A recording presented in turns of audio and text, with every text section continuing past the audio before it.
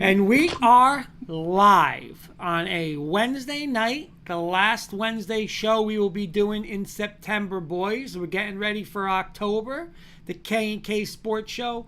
Mr. Undefeated still, Siciliano and his Alabama Crimson Tide. How are you, sis? Very good. Big test this week. Oh, yeah, we're going to talk about that. And Mr. Kirkpatrick, how are you? By the way, we are getting a comment from Stephen Waldman saying, hello, guys. What's going on, Steve? Thank you for Hey, watching. Steve, what's up? Good to hear from you, buddy. Hope all's well. Mr. Kirkpatrick, how are you, my friend? I'm doing good, but even though my team is winless, I'm doing okay. I still got the Yankees to root for over here. I know we got Paul coming in about 8:30, and we're gonna get into some Giants talk with him. But at least I got the Yankees to kind of root for. You know, it's been a tough couple weeks football, but looking forward to an exciting week of college football and even NFL football, which we're going to get into in a little bit. Yes, sir. Yes, sir. I'm pumped up. I could tell you that at 4 o'clock. Stephen Waldman saying Yankees, LOL. So we'll get into that in a second. But before we start, I do want to say one thing. Sad news. One of our friends, one of our good friends, friend of our show, and one of the best high school coaches, and you know, Jen and I did this on the All In show last night, but Coach H passed away a couple nights ago, Monday night. Again, big sports guy, one of, or if not one of the best softball, basketball coaches in New Jersey history. So he's watching from above. We're gonna, we'll dedicate the show to him tonight. You know, he loved sports, loved talking sports, and just so you guys know, we're looking towards doing something on the All Inside for him. But let's remember Coach H tonight, because he was a great dedicate guy. the show to him tonight. Let's have a little moment of silence for him too.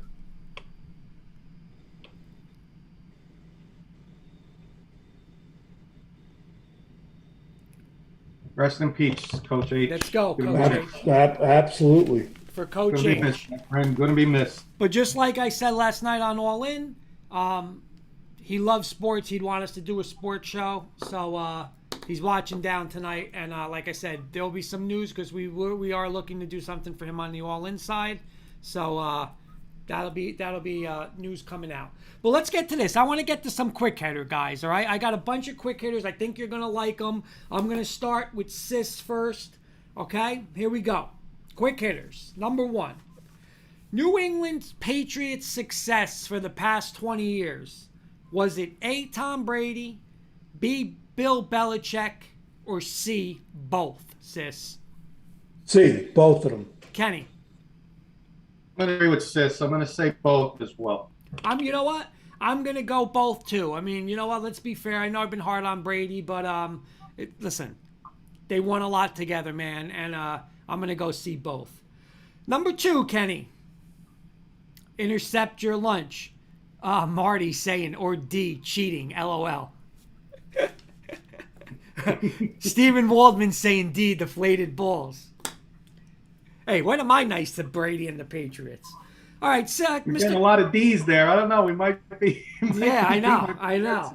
Mr. Kirkpatrick, number two. Is Big Ben Roethlisberger done? I'm gonna say no. Let's give him a couple more weeks. Sis, is Big Ben done? No, definitely. I agree with Kenny. No, I agree. definitely. I agree with both you guys. I think, don't write this guy off yet. He's a winner, man. And you know what? He's still going to use up here. Maybe he's not going to use the body, but up here, I agree with you guys. Number three, sis, do the New York Yankees.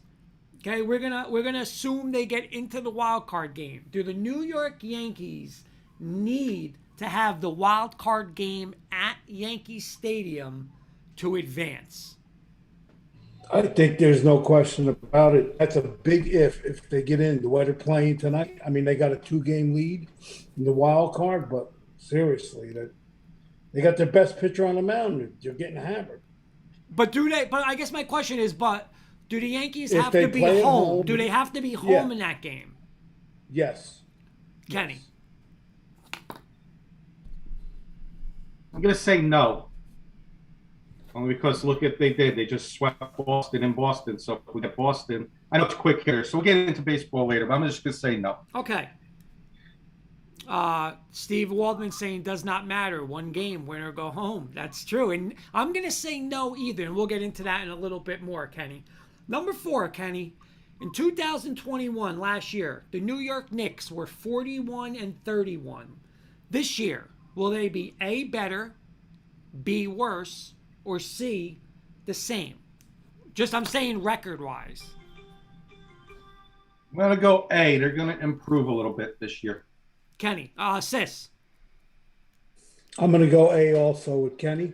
I'm going to go A because I am, without a doubt, because I'm a diehard Knick fan and I want A. Eddie Murphy saying, if you guys didn't see from the other night, CNN breaking news, and an arrest warrant has been issued this morning for Giancarlo Stanton on charges of first-degree murder of 2 baseballs in Boston over the weekend. More details to follow I saw that. as the situation unfolds. I said this. You know what? I'm sorry, but I should get an apology from both of you guys because I told you he was their best player and he was always better than Aaron Judge. You're going to get 2 years ago. I'll apologize because he was one of my original fraud slayers that I did at your house that night. Yep. And we introduced the fraud slayer, and we got to start bringing him back. He's been hibernating for a while, but I got some new fraud slayers. But he was the original fraud slay from the fraud slayer. So I definitely apologize. He's definitely showed up these last couple of weeks. All right. In meaningful games. Carson and Ticket Times chiming in, saying hello. So hello, Carson. We'll see you tomorrow on our Wits and Wages show. And if you want to check Carson out, he'll be streaming some casino content on his Twitch channel, Ticket Time YT. Go check him out and some fun times. I will be checking you out. And if Sis wants to join me at 10 o'clock, I will get him on tonight. Look at this, Sis. Look at this. Well, you know what? This is okay. Perfect. That's up to you, Kenny. No problem. Yep, we'll do it tonight, Sis. I'll get you on there. By the way, Carson's listening. I can't wait for Carson to see what one of our interns is going to be doing for, Kenny, Carson, myself, and Sis. Got something little planned for us. So, again, I want to give a shout out to the 3 interns we are working behind the scene, Olivia, Rachel, and Daniel. A lot of stuff's coming together, but wait till you guys see what we got planned. I got planned for you guys. You guys are gonna love it. But getting back to, and I may have a huge surprise for everybody as well. So check in the Wits and Wagers tomorrow night at 6 p.m. I may have a nice little surprise for everyone. All right. Well, now you two guys are gonna be put to the test, and I'm gonna say it like this: there's no BS with this next quick hitters. No BS. This is like a lie detector test on you right now. Here we go. You guys are coming down to Clifton for dinner. You can either have one of 2 3-piece meals. Piece A, I'm going to start with Kenny first. Number 1, you could either have Savioli raviolis along with La Bella pizza, and dessert is ShopRite crumb cake. Okay, so that's A. Or B, Jen's homemade lasagna, Jen's homemade chicken soup, and Jen's homemade crumb cake. No BS, lie detector on. I want to know which one you're going with, Kenny. Well, you didn't throw roses in there. Nope. Savioli is tough. But because you threw Labella in there instead of roses, I definitely got to go with Jenny Hoops. Even though I've never had her chicken soup or her crumb cake, I still got to go with Jenny Hoops. I've never had her lasagna neither. But I got to go with Jenny Hoops' cooking. Sis, I've had her cooking before. What happened? First of all, what happened to the pepper steak? How come that isn't? Well, I didn't want to do the pepper steak yet because I know that's what you would pick. So I'm going to hold on. I'm going to hold on with this. All right. Okay, that's fair. So, because I know you love Savioli the raviolis. I know you love La Bella pizza. And I know you love ShopRite crumb cake. So, that's A. That's A. Or B. That's it. No, it's A. It's A. Okay. And tell her again, I don't want any Chef Boyardee raviolis out of the can like I got last time. Okay. All right. Couple comments coming in. Just kidding. Just kidding. Ricky, our great friend Ricky, is saying Pipe Bomb saying everything homemade. Eddie Murphy saying homemade lasagna sounds good. Can I place an order? There's Mr. Beelan, fellas, Wolfpack baby, and go dogs. He is right. Clemson is done. And Beelan called it. I give Beelan all the props. Ricky's saying there's nothing like homemade food. And Jenny Hoops is watching, and she is yelling right now, sis, no pepper steak for you, because you went against her meals. No problem. No problem. That's awesome. All I know is her. when Kenny made his pick, sis, when Kenny made his pick, Right. I saw Kenny's neck shaking like beep, beep, beep. He's lie detecting going off. The lie detector's going off. Yeah, like he was in an electric chair. Yeah. Yep. Eddie Murphy's. I think we need to reverse it right now, sis, and ask Kurt that same question. Savioli ravioli, La Bella pizza, ShopRite crumb cake, or Jenny Hoops' chicken cutlets, chicken soup, or her crumb cake. Well, first off, it's not Jenny Hoops' chicken cutlets. It's Jenny Hoops lasagna. So you're not even paying attention. I'm changing it to the chicken cutlets because I know she makes the chicken cutlets for you. Oh, Kenny, her crumb cake is sick. I've had it. Wait a minute. I got a comment. She said no more food for you, Kurt. I didn't even say anything. What did I say? Oh, wow. I didn't say anything. She's on a tear tonight. What did I say? I didn't even answer the question. If Kenny wants me to answer that question, I'm going to go with lasagna, chicken soup, and crumb cake because I can live without. Listen, her crumb cake and ShopRite, I'm going to give that a wash. It's both phenomenal. And I'd rather go with soup and the lasagna over the Ravs and the pizza because I can get the pizza the next day. So that's where it is. Eddie Murphy saying he wants to take your pepper steak, that since you don't get it. And Ricky saying, hey, Jen, do I need to make a reservation? So, listen, everything on this menu is good. So I will give her credit. But I will take B. So, Jen, I want an apology. And I'm still getting the props from Hoops, so I know I could come up from Maryland still and have Jenny Hoops. All right, number 6. That's going forward. Number 6, sis. Which college football game this week are you most excited to watch? I'm going to give you 3 choices. This is probably stupid because I know where you're going to go. Arkansas, Georgia, Cincinnati, Notre Dame, Ole Miss, Bama. You got it. The third one. Kenny. I'm going Cincy, Notre Dame. I want to see Cincy win and get into the top 4. Okay. So let me get back to you on this one, Kenny. Who has the better chance to win? Arkansas at Georgia or Ole Miss at Alabama? Oof. A good question, but I'm going to say Arkansas because they're more physical. Sis, Arkansas at Georgia or Ole Miss at Alabama? Who's got a better chance to win? You know where I'm going with that. I know where you're That's silly, but I'll tell you what.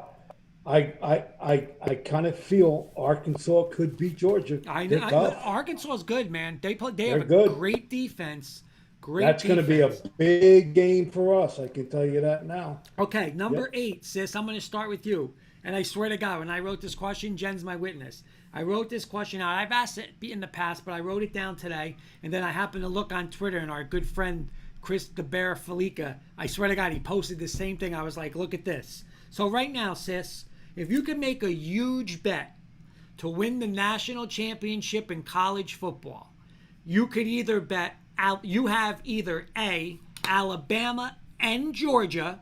So those are the only 2 you have, Alabama and Georgia, or B, the field. Everybody but Alabama and Georgia. What would you pick? Alabama and Georgia. Kenny. I agree with Sis. I mean, those 2 teams are tons above the rest. I think Beelan's saying Arkansas too. He's going Arkansas could beat Georgia before Ole Miss could beat Bama. Eddie's saying Cole slacking tonight, was hoping to clinch before the Rays series. All right, 2 more. Kenny, are you a believer in defense wins championships? 100%. Sis, you're a Yes. believer in defense wins championships. 1,000%. Okay. Now, here's my fun one, and I'm going to start this. I'm going to go first because this was a hit. This worked with Carson's shirts, and supposedly he's going to have shirts tomorrow. We're going to see if he has shirts tomorrow. But He got he got shirts? I don't know if he's got them. Supposedly Kenny mailed them. We're going to see tomorrow. Oh, okay. We're going to see tomorrow. But here's a hypothetical situation. Okay? Kenny's coming over for dinner. He's coming down from Maryland. He's coming to Clifton. And he, quote unquote, promises that he's going to bring crumb cake for dessert. Okay? He shows up, but in Kenny fashion, no crumb cake. Okay. I want your best Kenny impersonation. Why he shows up, what excuse he has for no crumb cake. I'm going to give you mine. Kenny, what's going on? I thought you brought crumb cake. Guys, I went to the store. There was 14 crumb cakes. I picked one out. It looked beautiful. I get in the car. I'm on my way home. I look. It doesn't smell right. I look at it. There's a bug in it. I go to knock the bug off. The crumb cake falls. I have to go back to the store. When I go back to the store, I go to get the crumb cake. I don't see any crumb cakes left. I asked the baker, what happened? That guy just bought all 13 crumb cakes. I don't have a crumb cake. He was going to make it for me, but I had to wait 4 hours. I don't have a crumb cake. Sis, give me yours. He buys the crumb cake, okay? Then he gets on the bus. He's waiting for the bus to come. The bus is delayed again. He gets on the bus, has all his stuff with him. And the bus driver is going by the stop for Clifton, and Kenny's like yelling, I need to get off. I need to get off. So the bus driver pulls over. Kenny leaves the crumb cake on the seat, but when he gets to your house, to make up for leaving the crumb cake on the bus on the seat, goes over to Hackensack, BJ's, and gets crumb cake over there. Eddie Murphy just said he better bring some B&W, Kenny. There you go. B&W is what I meant to say. Beelan is saying some guy cut them off on the turnpike and stopped short, and it flew forward all over the front seat. There you go. You want my excuse? You want my excuse? It's not even give me your excuse. My excuse. First of all, Kurt, if there was a bug on it, you would appreciate me getting rid of the crumb cake. My thing would be... That's a good point. That's a good point. Jenny Hoops and Kurt would be like, well, where's the crumb cake? And I'd be like, Jen, I talked to Kurt this morning. He owed Carson and I Colonial Bakery crumb cake from the bet we made months ago, and I'm still waiting for that. And he said he was going to pick up Colonial Bakery crumb cake in its place, and I didn't have to pick it up. And, of course, he forgot. So the crumb cake you owe me will be at your house when I arrive next time. Okay. All right. But, guys... Since I'm not holding my breath for the crumb cake I won with the Iowa State Iowa bet that we made. You're going to get it. You will get it. Coach Breslin's saying what's up, guys. Yes, sis, I'm going to get it next year because they're closing for the summer. What's up, Coach Breslin? All right, so, guys, those are my quick hitters for the night, Kenny. You can tell your wife that I said if I don't get pepper steak, my pictures of dancing with her at the wedding all coming off my page. Oh, God. All right, I got one for you guys. So let's do a little NFL before we bring in Paul for the Giants weekly roundtable. Around 8:30, he's going to come in for a little bit. Let's talk about the NFL in review so we can segue right into the Giants. Let's start with Kurt. Give me a game that you give me a team that you really impressed you this last week. And tell me why they impressed you, and are they going to be a force to be reckoned with going forward? I'm going to go 2 weeks in a row, and this is for Coach Breslin because he knows where I'm going, and I hope John Beelan's listening. But the Dallas Cowboys are NFC contenders because, again, 26, Beelan saying Rams, that is a good one. But I'm going to go Dallas. Why? 26 passes for Dak, 41 rushes. All of a sudden, again, their defense only gave up, 13 points, 17 points? Why? Because they're not on the field. Ball control, run the ball, play a little defense. Dak, make a play here, make a play there. No 53 times passing. You see Beelan? He had 236 yards passing. If you look at the stats, Jalen Hurts had 378. Oh my God, he played terrible, Jalen Hurts. Dak, do what you do best. Boom, boom, boom. Cowboys, run the ball. And I'm telling you, Kenny, you better be worried as a Giant fan. Sis, you better be worried as a Giant fan, because that offensive line is back. Pollard and Zeke, they are a force if they continue to game plan and play like that. Sis, who impressed you this week? I agree with everything Kurt just said. In my mind, the way it's going right now, there's no way Dallas won't win the NFC East. Who was I impressed with, and I think is a real sleeper, believe it or not, Joey Burrow and the Cincinnati Bengals, man.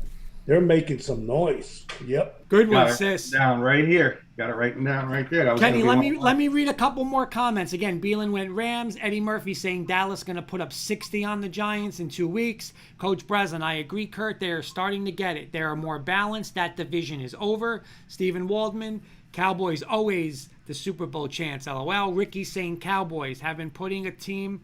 Cowboys have been a team I've been putting out there. More potential than many have in them this year.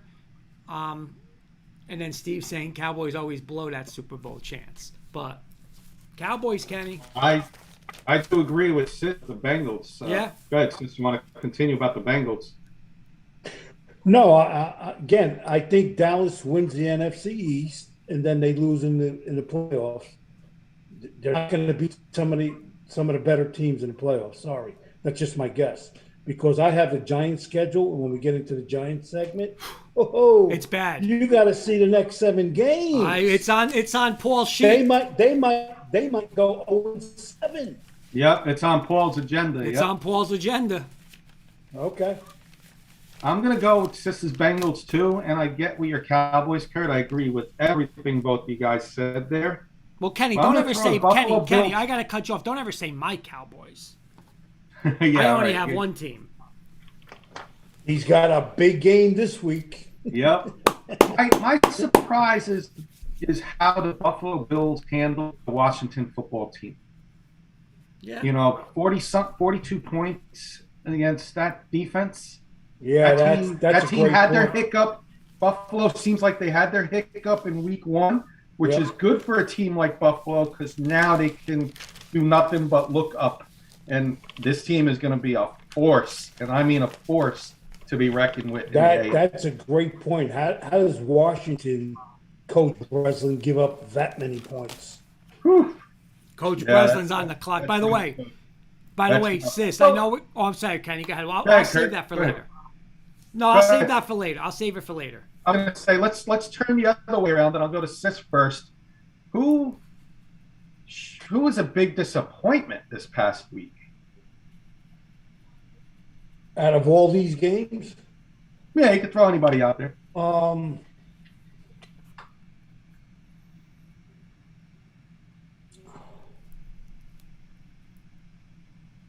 going to say, you're not going to believe this. I'm going to say Detroit. I really thought Detroit was going to win that game. I really did. I'm being honest with you. Yep. So I'll say Detroit. Yeah. Yep. They did. They played hard. I mean, to get beat like that, and that's pretty tough to swallow. You got one, Kurt? Yeah, I'm going to do a couple things. Ricky's saying, let's not talk Denver. The combined record that Denver played is 0-9. We'll get into that later, Kenny. But, hey, you play who's on your schedule, right, Kenny? Absolutely. You play who's on your schedule. No doubt. Coach Breslin, they have not been able to stop the run or get to the passer. Not a good recipe, talking about his Washington football team. Stephen Waldman saying Packers versus 49ers. That was an exciting one, but, again, disappointing for the way the Niners defense in 36 seconds. And I'm going to take Ricky's. Ricky just said Seattle, Tampa, and Kansas City are disappointing.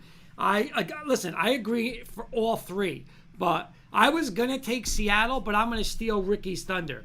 Kansas City, man, their defense is poor. And again, And again, from Vic Fangio till Todd Bowles, they figured out Mr. Tyreek Hill, take away over the top. They're not Absolutely. the same. They're not Absolutely. the same team. Take Great away point. the big play, and their defense is bad, sis.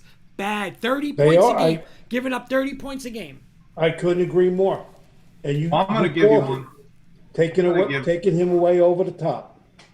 Yep. This hit his surprise team with the Bengals. Well, I'm going to go the other team in that game last week. About the Steelers as a disappointment. Yeah.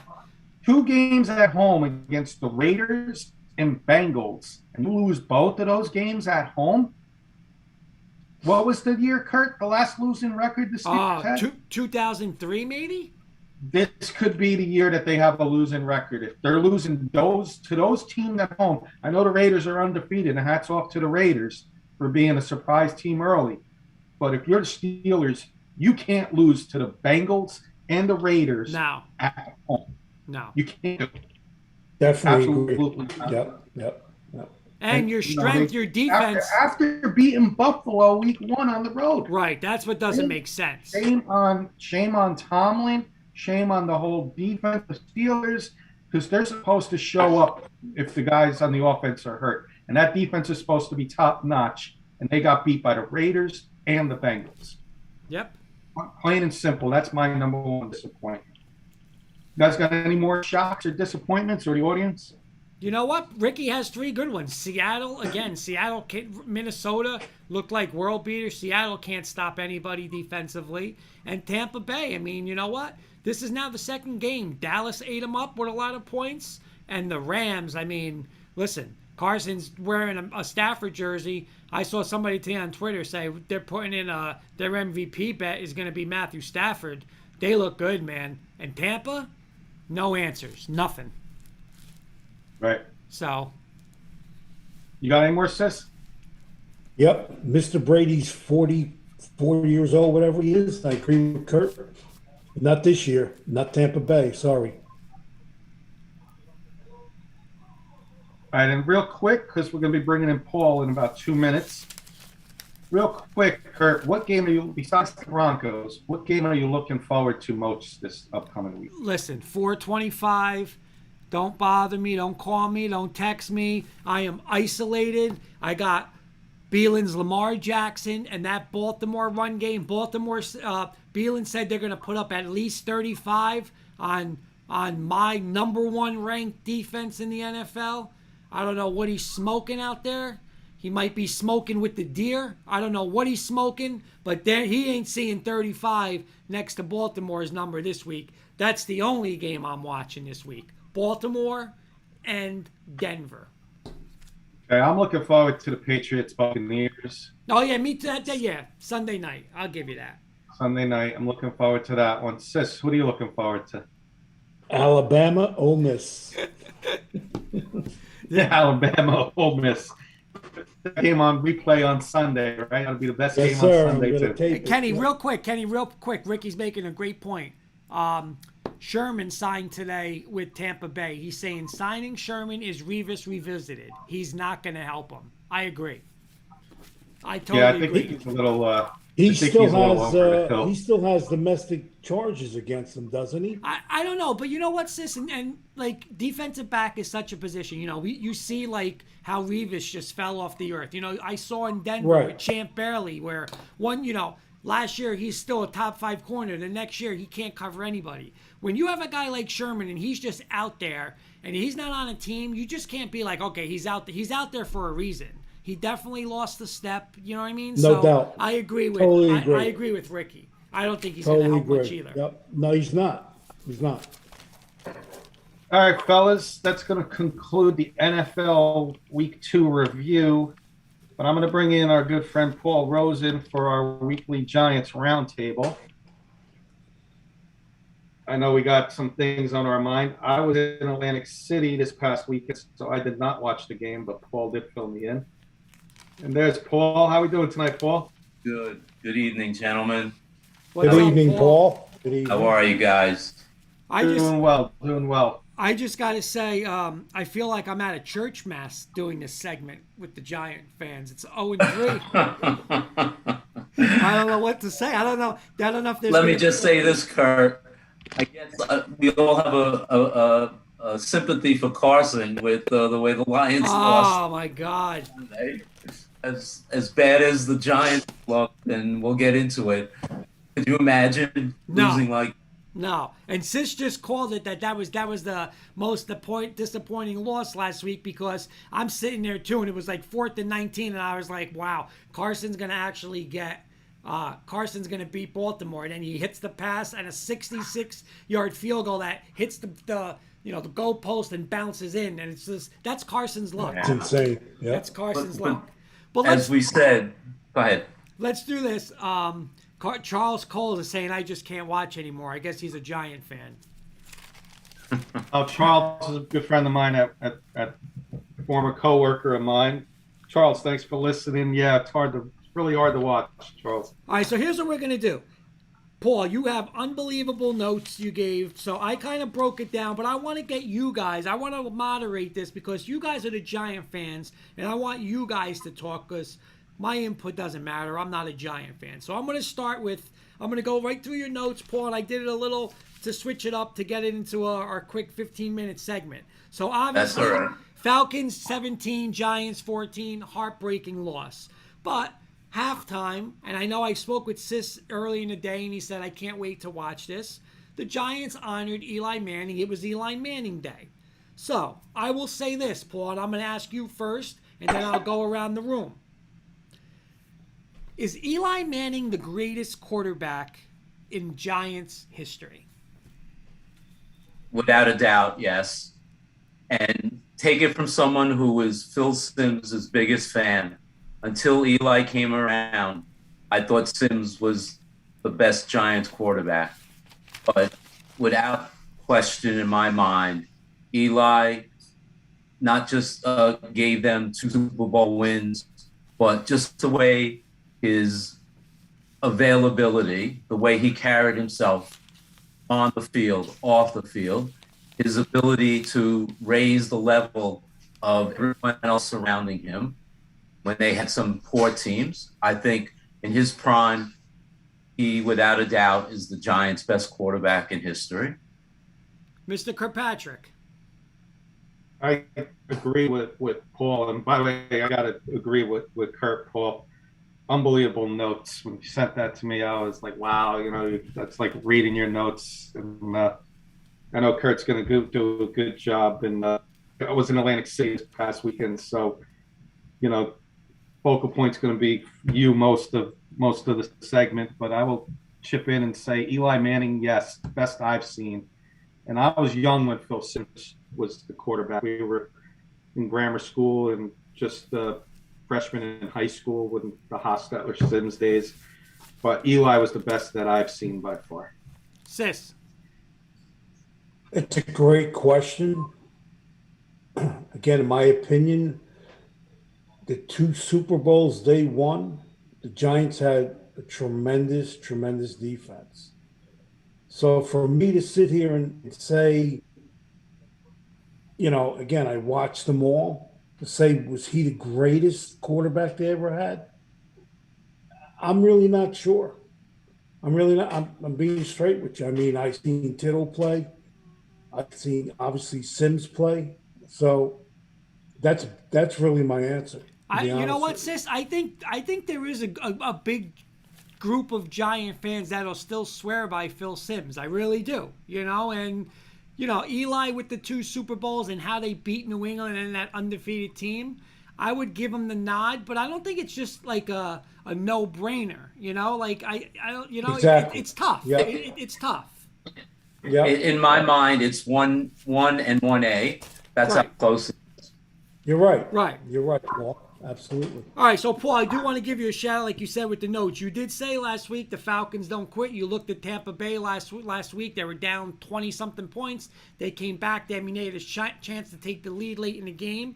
And, hey, they did it again this week to your Giants. Unfortunately, they did it. But, Paul, you did call that out. Now, let's get to the Giants' 0-3 mess. All right? Paul has a list of 6 issues of what's the biggest, a bunch of problems with this team. But I want each one, I'm going to go I'm going to go Kenny, then Paul, and then Sis. Kenny, I'll start with you. What's the biggest problems? Paul named 6 issues. I want the biggest one in your opinion, and what can they do to fix it? Poor defense at the end of the half in the game. O-line issues, penalties and sacks. Badly timed penalties. Turnovers. Undisciplined play. Time and clock management issues. What's the number one out of those, and what can you do to fix it? Are you talking about this week in general, or No, just 0-3. Eddie Murphy saying can't stop anyone. What was the last two again? Undisciplined play, and, Yep. and then time and clock management issues. Time and clock management issues would be number one. And what can you do to fix it? What can we do to fix it? Would be, not playing for the field goal in the Washington game, taking more chances, I don't know, how you would fix it when you're just playing for 3 points to go up by 2 and setting yourself up to lose with 2 minutes left each week. You got to get more first downs. I don't know what else to say there. Each week now, 2 weeks in a row, we lost by a field goal, less than a field goal. Last second field goal we lost. So, that tells me that we're not managing the clock properly. That would be my number one issue. Eddie Murphy saying we can't stop anyone on 3rd or 4th down. Paul, you gave me the list of 6, but if you had to pick the biggest problem, what would it be and how do you fix it? I would say the poor defense. I'm shocked bringing in some of the players that we did on defense and watching the first 3 games. I'm just amazed how bad the defense has played in each and every game.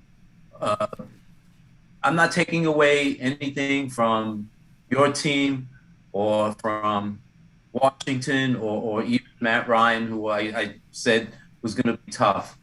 But after last year and the way they played defense, you expected a top 10 defense or better, especially bringing back Williams, bringing in Jackson to team with Bradbury in the secondary, having McKinney a full year. You expected them to be much tighter. And I'm just shocked at how easily a lot of these teams are going up and down the field, especially in crunch time. And it seems like at the end of the half and at the end of the game has been our biggest problem. And obviously that's why we're 0-3. Sis, what about you? Biggest problem? He listed a lot.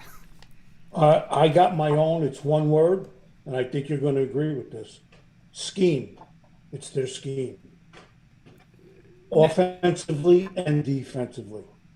Now, Sis, while you were saying that, Eddie Murphy just commented, fire Jason Garrett already. He's terrible. He's gone backwards. He's meaning Daniel Jones has gone backwards since Shermer was calling the plays. Yep. He's got, again, not knocking a guy. He's a nice guy, but he's got no creativity, man. He's too plain, man. He's too plain. All right, so let me get you this, Sis. So another thing that Paul had down, which I mean, as Giant fans, I'm anxious to hear what you got to say, and I'm going to start with you, Sis. When he says did Giant fans badly overestimate the talent on the team with all the additions they added? Did you guys overestimate that? Did you think, did you just really when looking now, wow, maybe, we weren't this good. Maybe we weren't this good defensively looking at it, especially defensively, Sis. Again, there I agree with you. Again, it's old hat. Gettleman, in my opinion, did absolutely, positively nothing in the draft to make the offensive line better. And that's been the Giants' problem for the last 4 or 5 years. Kenny. That's it. I don't know if I overestimate. We're 3 games in. I'm not gonna go. I overestimated these big player names. I'm gonna change it up and just say, no, I'm not overestimating them, because I think this can still get changed around. Obviously not saying we're going to the playoffs or even Super Bowl, but meaning we're going to start winning some games. I just think there's too much talent name-wise on this team to not win games. I'm concerned now, and I know it's going off script for a second. This is 2 years in a row. I know, Kurt, we joke around about Vic Fangio not winning in September, but we see him now the preseason, not playing anybody in preseason, lingering now into the regular season. And right now their Giants are in preseason, so now a couple of weeks from now they'll be in regular season form finally. Is that what we're seeing from the Giants? Because last year we started off terrible and then finished off strong. Are we going to have that same kind of season this year, which is good towards the end of the season, but look what we're doing in the beginning of the season. But back to the question, I'm going to say, no, I'm not going to overestimate them yet. Paul, what about you? Do you think you overestimated the talent on the team? I think I did. I think bringing in the receivers, bringing in Rudolph, bringing in the defensive secondary, we all thought, oh my God, this is now an excellent team, and filling in the pieces of the puzzle. And it hasn't. If anything, it almost seems like it's worse. And maybe it's going back to what Sis just said about the scheme that they're running both on offense and defense. And I don't know, and we'll get into it shortly about the schedule, where it's going to be evident that they're going to wind up winning games, looking at the next 7-8 weeks. All right, so let's get into here, because I like how Paul had let's play a game.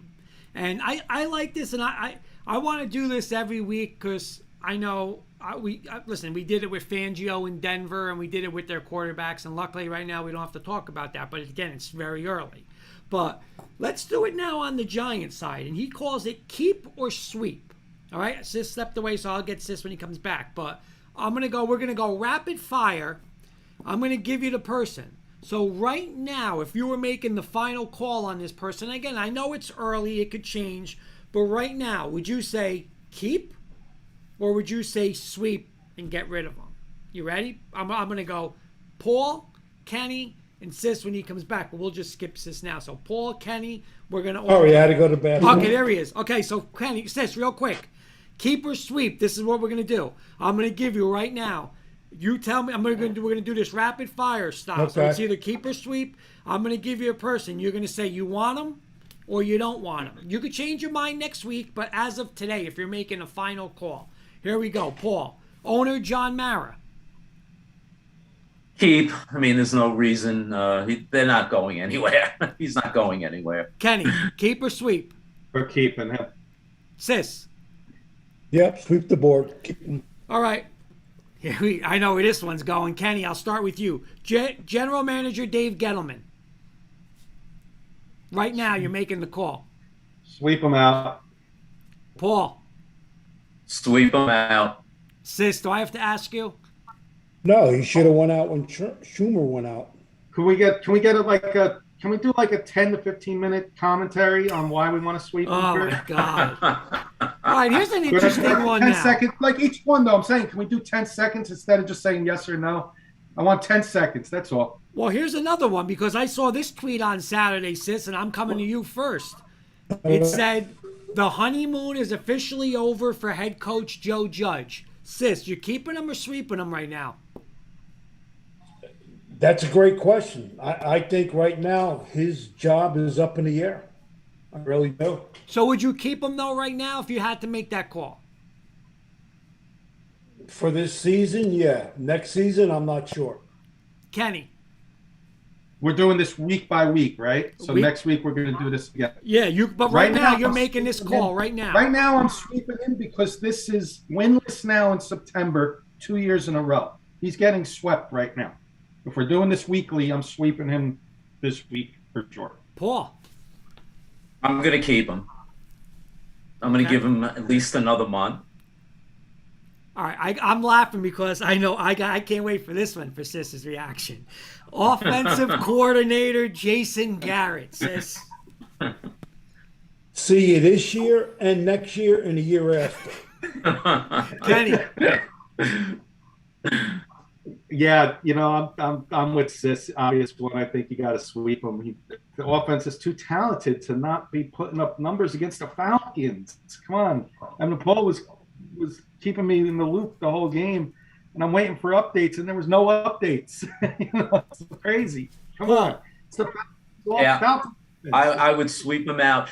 They have too much talent, and in my opinion, Daniel Jones has raised his level of play. They should be scoring, and they should be moving that ball much more than they are. And I would get them out of here. Okay, let's go back to you, Paul. Daniel Jones. No, I'd keep him. I think, as I just said, he has improved his play, in my opinion.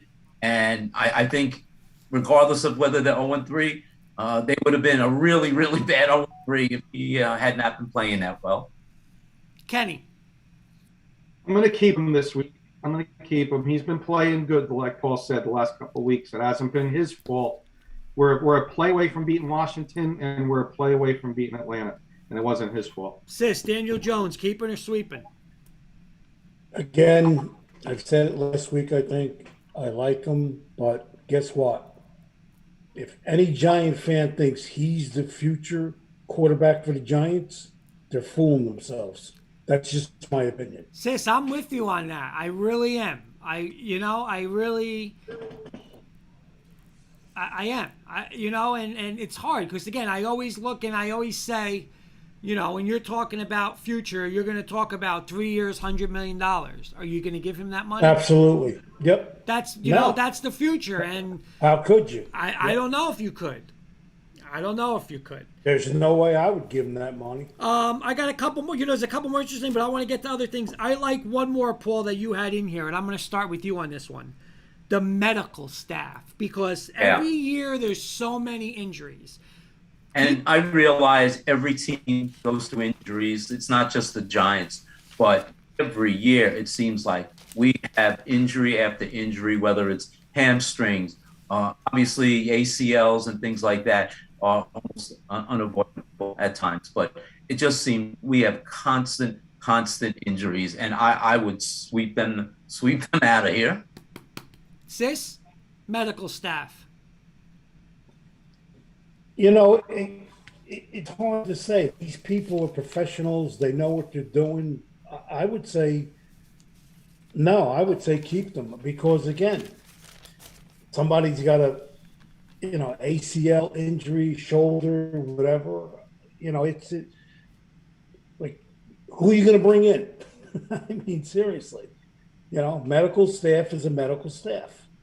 They make the calls based upon what they see. They take somebody in the tent, and then, they call the shot. Whether we as fans agree with it or not, that's another story. Kenny. I'm with Sis. I don't know if I can blame the medical staff just yet. ACL injuries, you can't blame medical staff for an ACL injury. Fortunately, we lost Blake Martinez, our defensive captain last week for the season. And, Barkley last year, he tore his ACL. So, I can't blame them for that. So I may just keep them right now, but we'll change that in a week or two possibly. I'd like to get one more in, Kurt. That was on the list real quick. Okay. Saquon Barkley. I'll let you go in the order you want to ask. You go ahead, Kenny. You could go at it. Well, I'm keeping him right now, but I'm telling you, it may come down in a couple of weeks. If we're in rebuilding mode, you might want to think about, getting another first-round pick for Saquon and loading up first-round picks and starting fresh with a new GM, a new coach, a whole new regime over there in the Giants. So Saquon may be swept in a couple of weeks if the Giants don't turn this around. Sis and Kenny and Paul, anything on Saquon? That'll never happen. That'll never happen. Never. Paul? Yeah, I agree. And let's don't forget, this is Dave Gettleman's baby. Baby, yeah. And absolutely. If he goes, then you might as well keep the door open as Gettleman walks out the door. Believe me. All right, so Paul does a great little segment here. Eddie Murphy saying Barkley needs to learn to run north and south. All right, so Paul does a great little job with the good, the bad, the ugly. I'm going to read all three, and I'm going to have each one of you break it down. Kenny, I'm going to start with you with the good, because you're the guy, I think, on the panel that's the most... Skip me for Sunday. I didn't see the game. Okay, all right. So I'll go Paul. I'll start then with Sis, okay? The good. 3 points he has, Sis. Daniel Jones played well again. Barkley looked a little bit like himself, scored a touchdown. Ojulari had his 3rd sack. What do you think of those three? And out of Daniel Jones, Ojulari with his 3rd sack, or Barkley looking a little, what would you say was the most optimistic and promising out of those three? Truthfully, I would say, the way Barkley ran with the ball. I mean, they're averaging in 3 games. They're only averaging 18 points a game. They scored 13 in the first game, 29 in the second game, and 14, respectively. There's not, and now you got 2 of the better wide receivers hurt. Real quick, they have New Orleans, the Cowboys. Oh, we're going to get into that, Sis. We're going to get into that schedule in a second. Okay. Because this is ugly. That could get ugly. Very, very ugly. Paul, the bad. You went injuries, obviously. Sis just said the receivers, and Martinez, I believe he's done for the year, right? He done. Is. Yep. ACL. That's a big, big loss. Yeah. Sacks again and penalties. Out of that bad, what's the one where you're just like, I mean, again, they're all bad, but the one where you're just like, this is the worst out of these 3? I think Martinez. He was the captain. He called the plays on defense. He set everyone up. He was good for 130, 40 tackles, 130, 40 tackles a year. This guy is like Luke Kuechly when he was with the Panthers. This guy is just a big, big loss, and I don't think there's anybody on the team that can replace him right now. And the ugly, I'll come back to you, Paul. Dropped interceptions and coaching last 2 drives. What's the biggest out of that? I mean, coaching. I mean, the dropped interception. Look, it happens. It would probably have been a turning point if he holds on to the ball. If Jackson intercepts, they could hopefully run out the clock with the lead and win the game.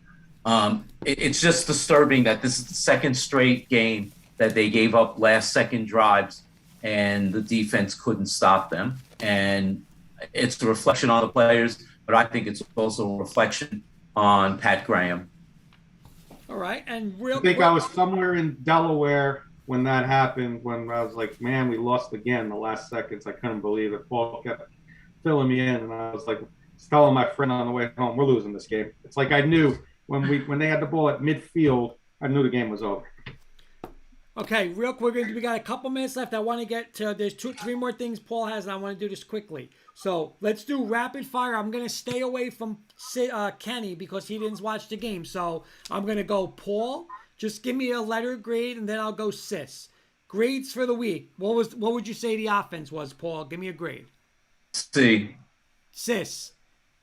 I agree with Paul. C. Paul, defense. D. Sis. D-. Special teams, Paul. B. Gano is automatic, 37 straight. Sis. B+. And coaching, Paul. F. Sis, you're going to give him an F too? F+. F+. All right, so now we roll into this week, and I think this is where this can get ugly because the Saints, big win in New Orleans, but now they're their quote-unquote home opener. Remember, week 1, they were in Jacksonville. They went on the road. They had 2 wins. Now they're going to be in the Dome. Those fans are going to be nuts. It's going to be very hard. Okay, couple notes Paul has. Jameis Winston, which one's going to show up? The one who threw 5 touchdowns week 1 or the one who was inconsistent in game 2? Again, more notes on the Saints. Alvin Kamara, maybe the best back in the NFL. A little good news, though. Pro Bowler Armstead, the left tackle, is out. And great point that Paul made this weekend. I was saying, I think to Jenny Hoops over the weekend was, in years past, it would always be the Saints got the offense, but they don't have the defense. This year, they seem to have the defense. They put a lot of pressure on Mac Jones last week. 18 pressures, 2 sacks, 1 turnover. So, sis, real quick, we're not going to make our official pick for tomorrow. Just give me this. Are you optimistic? Or do you think you're going to be in trouble on Sunday? They're going to get blown out on Sunday. And again, I'm a Giants fan. And again, looking at this schedule, and that's I promise you, I will get to that in 1 second. Okay. Yep. Yeah, I think they're going to get blown out Sunday. If you Kenny, ask me. Optimistic or in trouble? Got to be optimistic when it's Jameis Winston on the other side of the ball. Just like Paul said in his notes, we can get the Jameis Winston that throws 5 interceptions. So that's got to make me optimistic that the defense will find a way to show up and get 3 interceptions on Sunday. And Mr. Rosen. I want to be optimistic, but I think I'm going to be realistic and think T as in Big T is in trouble. Boy. It's going to be a long game on Sunday. And now I want and the final thing, and Sis has been at this all night. The Giants schedule, I'm going to read this. At New Orleans, at Dallas, home versus the undefeated Rams, home versus the undefeated Panthers, at the 1-2 Kansas City Chiefs. We all know they're not 1-2 team. Right. Home against the Raiders. I'm going to do my math real quick. 4-2, 7-2, 10-2. Don't leave Tampa Bay out. Yeah. 14, after the bye. 14. Your next 6 opponents are 14-4. So the last question is, Sis, will the Giants win any of these games before the bye week, or will they be 0-9? They will be 0-9, unfortunately. And again, I hate to say it, but like Paul just said, I'm a very realistic. I always was a very realistic coach, and I'm a very realistic fan. Look at that lineup. You got to be kidding me, man.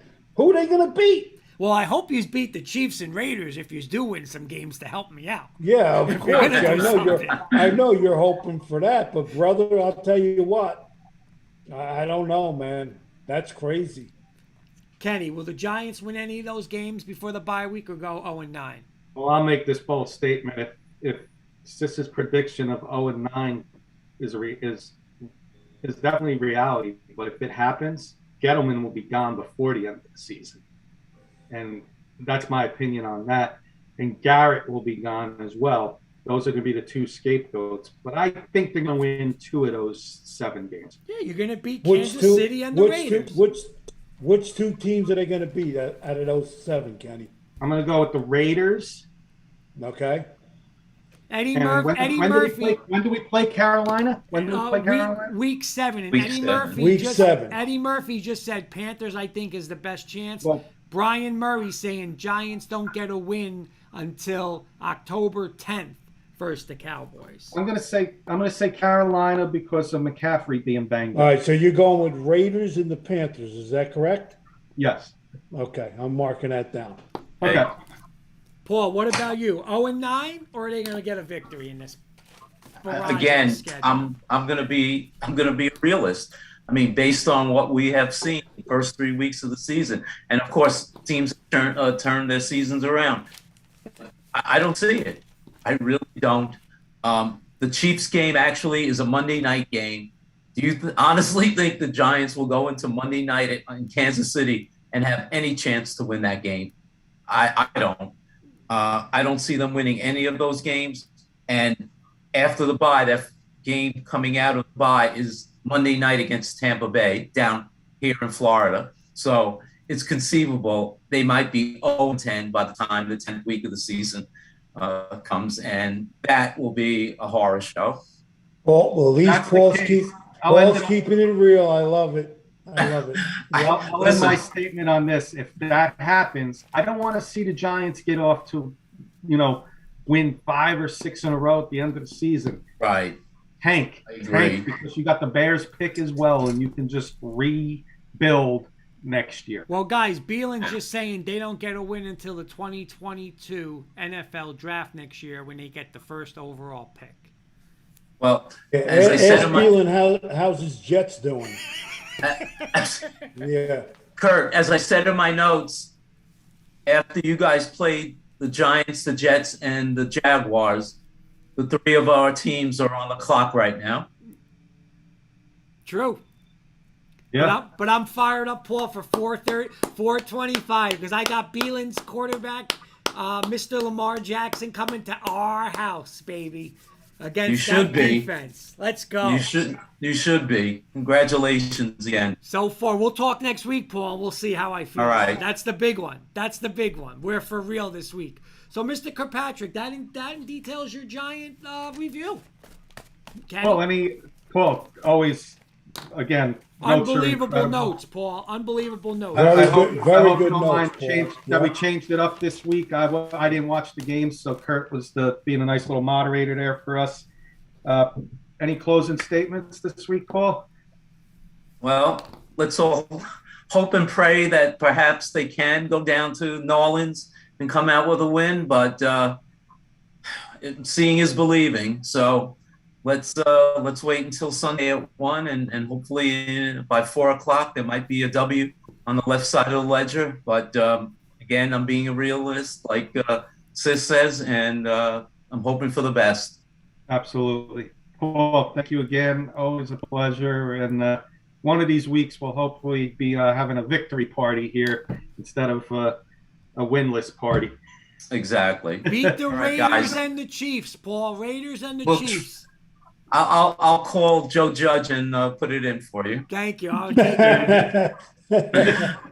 Have a good night, guys. Thanks Have a good again. night. Thank you, Paul. Talk to you Great next job, week, Paul. Paul. Great Thank job. you. Good job.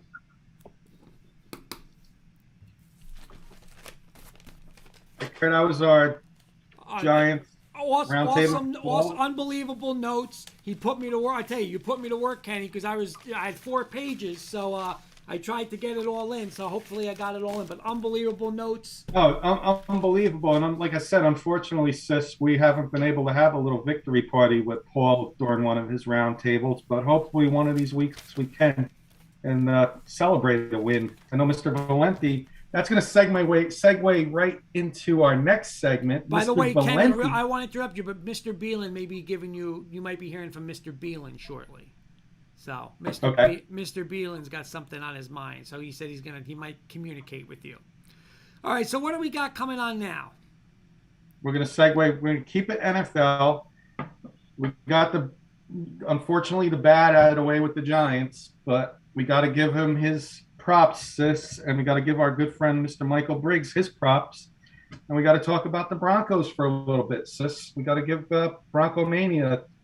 No question. Right now they're rolling. We got to talk about them, and then right after that, in our second hour, we got Sis's Mind, some MLB baseball, and some college football ahead. So please listen into our second hour. We got a nice little second hour for you guys. But it's Bronco Mania time, Kurt. Your Broncos 3-0. Okay. Everybody talks about, they played the Giants, they played the Jaguars, they played the Jets. Well, you know what? Me as a Giants fan, me as an NFL player, you play who's on your schedule. And you know what? If that means 17 teams that are winless, then it's 17 teams that are winless. Then you should be 17-0. Broncos are doing what they should be doing. Now they got the Ravens. So this is going to be their biggest test to date. And just want your thoughts on last week's game against the Jets and this week's game going forward with the Ravens. And then, Sis, obviously, if you have any questions for Kurt, we can ask him as well. Beelan saying Kurt still can't be excited as a big fan. The real test comes the next couple of weeks. Listen, Beelan nailed it 200%. Again, listen, 3-0 is 3-0. Like Sis said as a coach, who you play, and you just said it, Kenny, who you play is on your schedule. That's who you play. There's nothing you can do about it, Giants were supposed to be a top 10 team. Jets were supposed to be better, yada, yada. But what I like about it is they didn't play around Sunday. The last couple years, you'd play a team like the Jets, they'd struggle to win, be in the game. This week was just last week, boom, boom, boom, boom, boom. Get it over with, get out of the way. They're the best defense in football, the number 1 defense in football, 8 points per game. by points, number 1, number 3 in total yards per defense. It's what was anticipated all along. They're backing it up. I am going to be honest. I'm a little concerned with injuries. KJ Hamler now done for the year. So we're missing Hamler. We're missing Judy. But I will give George Payton a lot of credit. He has developed and drafted and traded for depth. Now it's Tim Patrick and Sutton's show. You still got 2 legit receivers. Why? Because Elway and Payton built that. Mike Boone might be coming back as the Viking, as a third down running back behind Gordon and Javonte Williams. Bradley Chubb had a little surgery.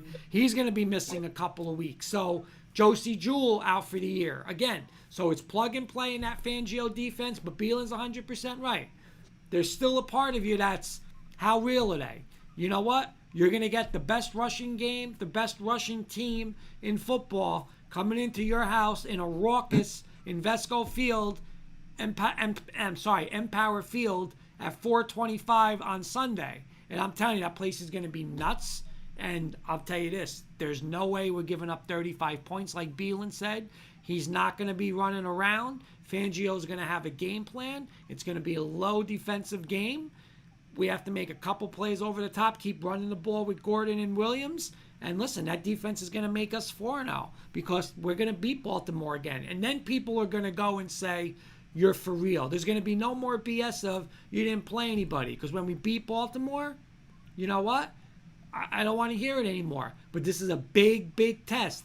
No moral victories, Kenny. Sis, no moral victories. I don't want, we played well. No. You're at home. Win the game at home.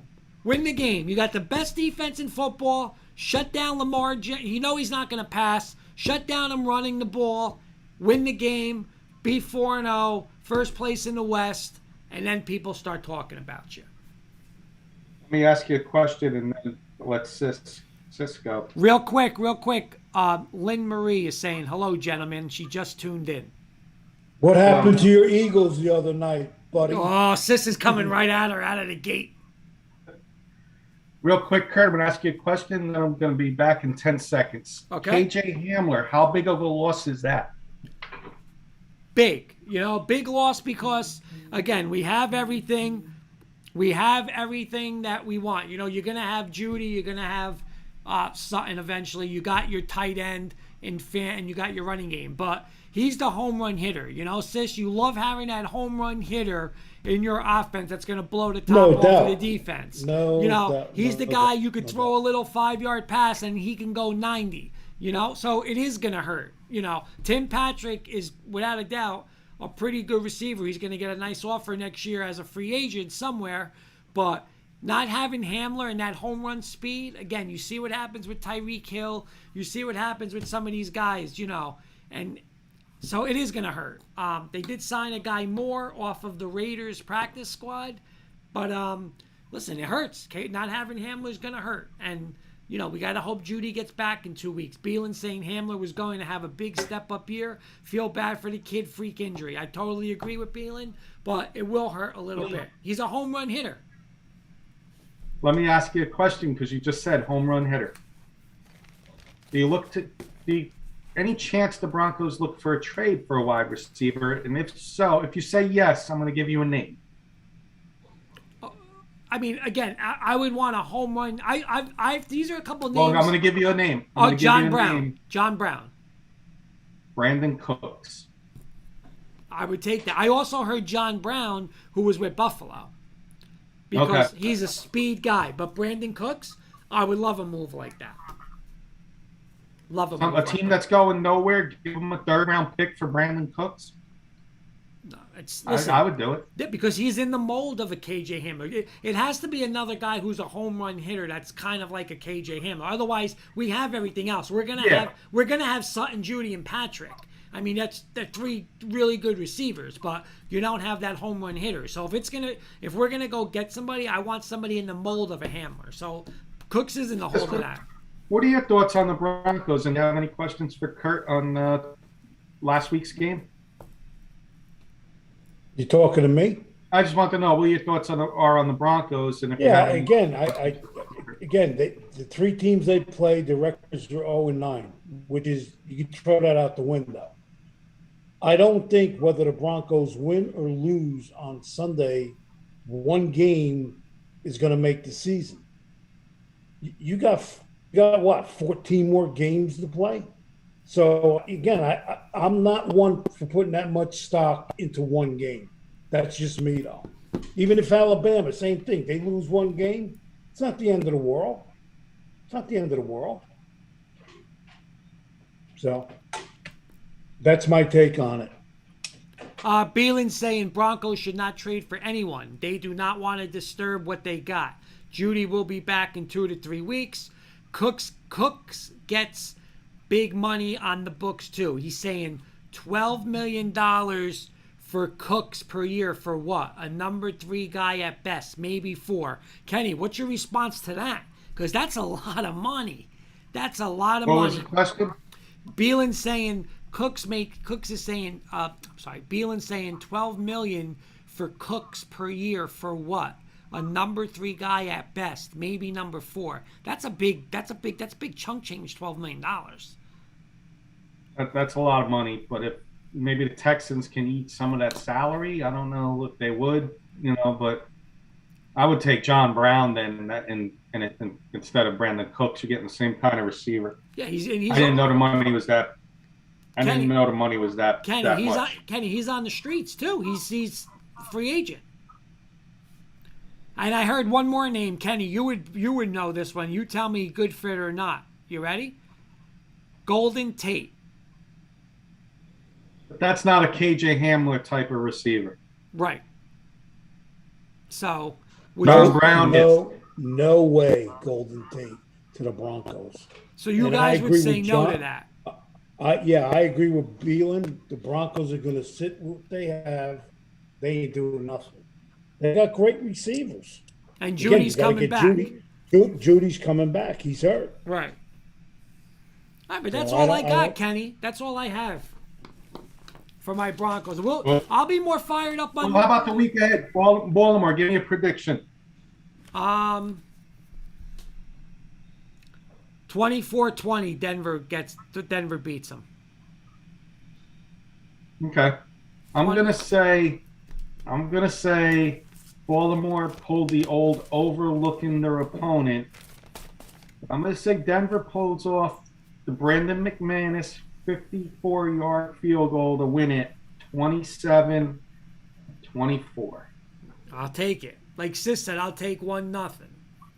Got a prediction, Sis, and then we're going to get into your Sis's mind. I think it goes 30-27 either way. That's my prediction. Now, Beelan's saying if the Broncos should have made a move, they should have went out and took a flyer on Josh Gordon, who went to KC, by the way. Too many headaches. Too many headaches. Well, let's move to Sis's mind. Let's move on to Sis. That concludes Bronco Mania. We're going to do Sis's mind now, and I'll be right back. All right, Mr. Sis, you are on the clock. Are we waiting until he comes back? Yeah, we'll wait till he comes back. We'll wait. But listen, Sis, we've said it all along. And I agree with you. If we're gonna go Judy, Sutton, Fant, and Tim Patrick, right? I mean, come on, that's pretty damn good. Yeah, that's a great group. That's a great group. But I would like to either develop or get a young. We do need like a guy to go over the top though. So Hamler hurts, man. That's tough. What is Judy's injury? What is it? It was a knee injury. There was hamstring? No, it was a knee. I want to say it was a knee. But they're saying it was supposed to be 4 to 6. So he's missed 2 already. So I don't know. Even if it's 6, it's another 4. Hey, let's just keep winning and get him back later on. That's it. So. Okay, Mr. Sis, it's your show. Your time. Yeah, we're gonna talk a little bit about this vaccine situation with the NBA tonight. Okay. Is it getting out of control? They're forcing players now in the NBA to get vaccine. Kyrie said the other day he's not getting it. They allowed him to practice, but the question with him is when they come to the Garden, does he have to have the shot? But then on September, I believe it was September 14th, the NBA Players Association saying nobody's going to be required to get the shot. So that was only 13 days ago. So like, where's this all going, in your opinion? Who are you asking, me or Kenny? Yeah, No, Kurt, I'm you go asking first. you. I didn't even know he was back. But I'll ask you first. Yeah, listen. It's the whole Beelan saying he can't play home games if he's not vaxxed mandate in New York. Again, it's crazy when you think of the part of, and me and Jen were talking about this before. There's a list of people, you know, postal workers don't have to get the mandate. These people don't have to get the mandate. Those people don't have to make the mandate. If someone's coming from the border, you don't have to get the man. It's getting to be where it's seriously, it's a circus. It really is. And like, it's not talk political. It's just like, it's a complete circus. You know, if you look up, I want to say it was the kid Isaac from the Orlando Magic.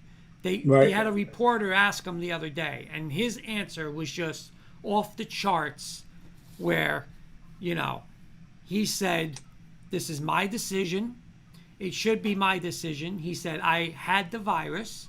I have antibodies that are better than taking this. He said, you know, I do not want to take it to where I am somebody who is going to take this. It's going to affect me, and it's going to affect me the rest of my life. You can give me numbers. It's 80%, 90%, but he said, like, he could be part of that 20% that it affects. So right now at the time, he doesn't want to do it. If they're going to make it to where you can't play, and okay, so, but this is my answer, and my question to anybody. If that's true and you can't be on the court and Kyrie's not allowed to play in New York, there's 100% then no way anybody on the Brooklyn Nets has to worry about a virus, right? Because if there's no unvaccinated people in the home games, then don't worry about it, right? That's what they're saying. Everybody's safe. But now if KD gets it again, and, you know, James Harden, what are you going to do, and what are people going to say? Because you can't blame Kyrie Irving. He's not in the building now. So, you know what? There's still so many unknowns. Personally, they shouldn't have to take the vaccine in the NBA. They shouldn't have to. That's my opinion. They should be, if you want to mask them, you mask them. But my opinion, you know, why football player don't have to take it? Why are they playing? So the football player could play, you know, and you know what happens? Are they going to check everybody in the Pinstripe Bowl when they're playing in Yankee Stadium? Well, come in January? Here's another one for you. Think about this. They're saying, and I read this in the Post today, if I'm on a team and I come into New York, you could play. It doesn't apply to me. So right. How is that possible? Right. I mean, that's totally, you know. It's asinine. It's so contradictory. It's unbelievable. Right. Bradley Beal, who's not vaccinated, can come from Washington to play the Brooklyn Nets, and he could play, but Kyrie can't play? Right. Why? Right. You know what? This is the only way you're ever going to fix it. Test everybody every day there right before the game. If Kyrie's tested and he's negative, he plays. Right. If KD's positive, I don't care what he's vaccinated. I totally agree. He doesn't play. That's the only way you're going to fix it. Yep. It's the only way you're going to get around it. Right. Beelan's saying, regardless if you got it or not, you can still spread it. So what's the point? Exactly. Kenny, your thoughts? I get Kurt's points. I'm going to add, I work in healthcare. Okay. North Carolina Hospital just released 175 employees who refused to get vaccinated. They got a mandate over there. It's not like that where I'm at, but we are taking more guidelines, like Kurt said, with the testing. Employees at the place I work, the hospital I work at, have to be tested every week that aren't vaccinated. And they're making it harder for these employees. For example, if I wasn't vaccinated, I'm vaccinated, but if I wasn't vaccinated They may say, Kenny, you got to come every Monday, 9 a.m. sharp to get your weekly test.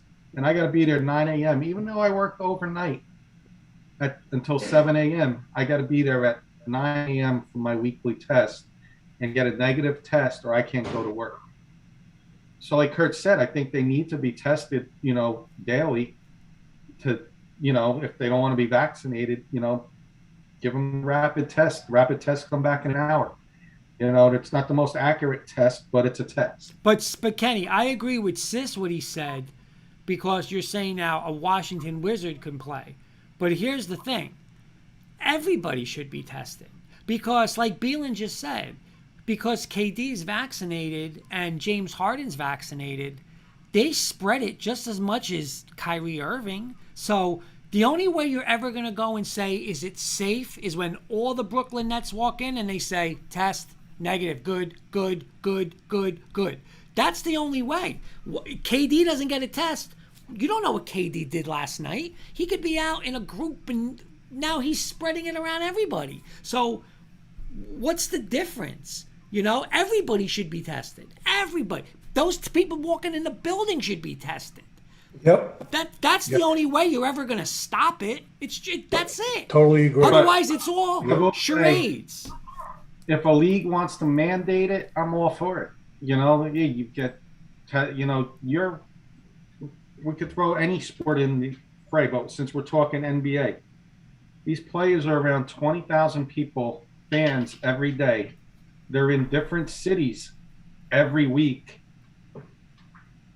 They have a higher chance of catching COVID. So if a league wants to mandate it, I'm all about it. And if you don't get mandated, you don't play. If it comes down to that, I'm 100% behind it. 100% behind it, because it's not like I'm just throwing examples out there. All of us, we're working only in front of up to 100 people, couple hundred people. They're working in front of thousands and hundreds of thousands a month and millions a year in different parts of the country all year long. They might want to think about getting vaccinated. But how do you answer Beelan's question? Because I think Beelan made the same. I think Beelan has the best point out of this whole conversation. If Kyrie Irving, James Harden, and KD are all on the court. Harden, we know Harden and KD is vaccinated. Kyrie is not.